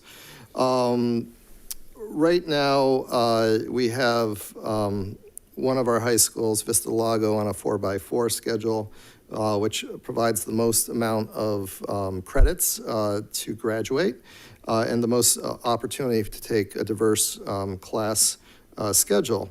Then we have Cordova High, which is on a 7-period schedule, which is actually a decent amount of periods that allow the students at Cordova High to take a number of diverse classes and have a significant amount of credits at the point of graduation from high school. And then we have Folsom High School, which is a 6-period day, which, yes, you have some electives you can take, but not similar to what students at Cordova High and especially at Vista del Lago have. I know we've brought this issue up in the past. We were starting to have that dialogue back in February or March of 2020, but then something happened, and so it got kind of pushed off. But I very much would like to have that as a future agenda item to bring that back up for dialogue. Staff was kind enough to provide me what some of our regional high schools in the area, what type of schedules they have. And I would just highlight that Granite Bay has a 4x4, El Camino has a 4x4, Whitney has a 4x4. And when I say 4x4, it's a 4x4 block. Roseville has a 4x4 block. Union Mine has a 4x4 block. Oakmont has a 4x4 block, Antelope has a 4x4 block, and so does Del Campo have a 4x4 block. Casa Roble has a 4x4 block, Del Oro has a 4x4 block, and they actually have a 5th period for intervention.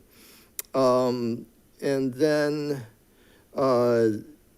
there's Davis Senior High School has a 7-day period. Looks like Christian Brothers has a rolling block, which staff indicated that was very interesting. I guess they've never seen a rolling block before. And it looks like Rockland has a rotating block 8-period day. So I very much would like to have a conversation about how we are treating our comprehensive high schools very differently from the opportunity of getting credit and opportunities for taking a number of diverse classes, if my colleagues would be so inclined. Just something I would like to make sure when we are putting that on there, the way you phrased equity across the high schools, that's actually equality is what you're talking about. You're looking for, if you're looking for a 4x4 or 8 classes, that is equal to, not considered equity. So there is a difference between equity and equality. So I'm fine revisiting it. I just want to make sure that that language is appropriate on the agenda. I actually meant equity. Not, if I meant equality, I would have said equality. Okay. There are plenty of minority disadvantaged students that go to Folsom High School. So I purposely use the word equity. But if you want to say equity and equality, I would be happy with that phraseology as well. Board President? Yes. I'm wondering, and I'm certainly open to having a discussion. I'm just looking for some clarity. Are you looking at what it would look like to have a 4x4 block in each of our high schools, or just what are some ideas about creating more opportunities for credits or making things a bit more?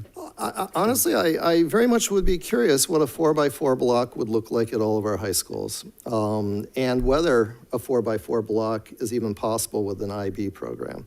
The answer may be it's not, but I would at least like to hear that. Well, yeah, I'm open to that. I don't know if it's the same as ours either, but I believe Granite Bay High School is on a 4x4 with the IB program. Really? Okay, well, I'll just add. Oh, so, all right, I learned something.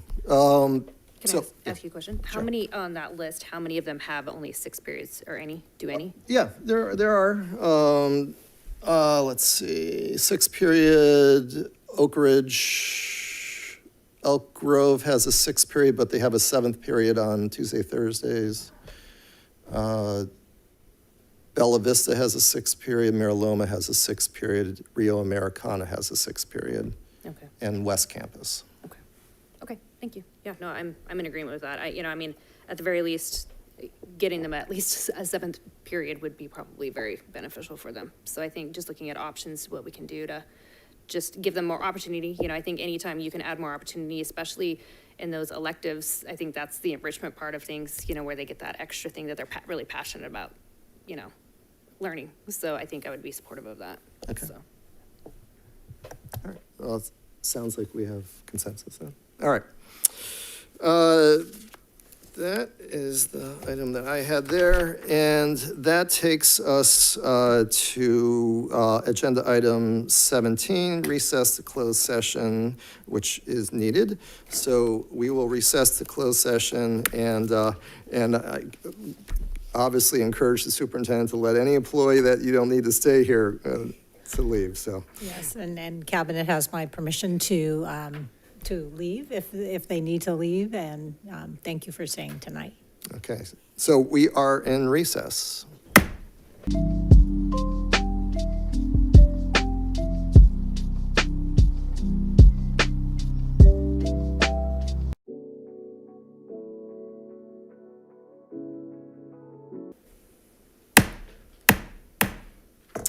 All right, welcome back from closed session. Let's see, I guess that's agenda item 20, reporting out of closed session. Superintendent?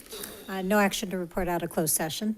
All right, and that takes us to an adjournment, and as board member Clark had requested, we will adjourn in memory of Cordova Joe and Tina Wadi. So we will adjourn unless there's, by unanimous consent, unless there's an objection. All right, hearing none, we are adjourned.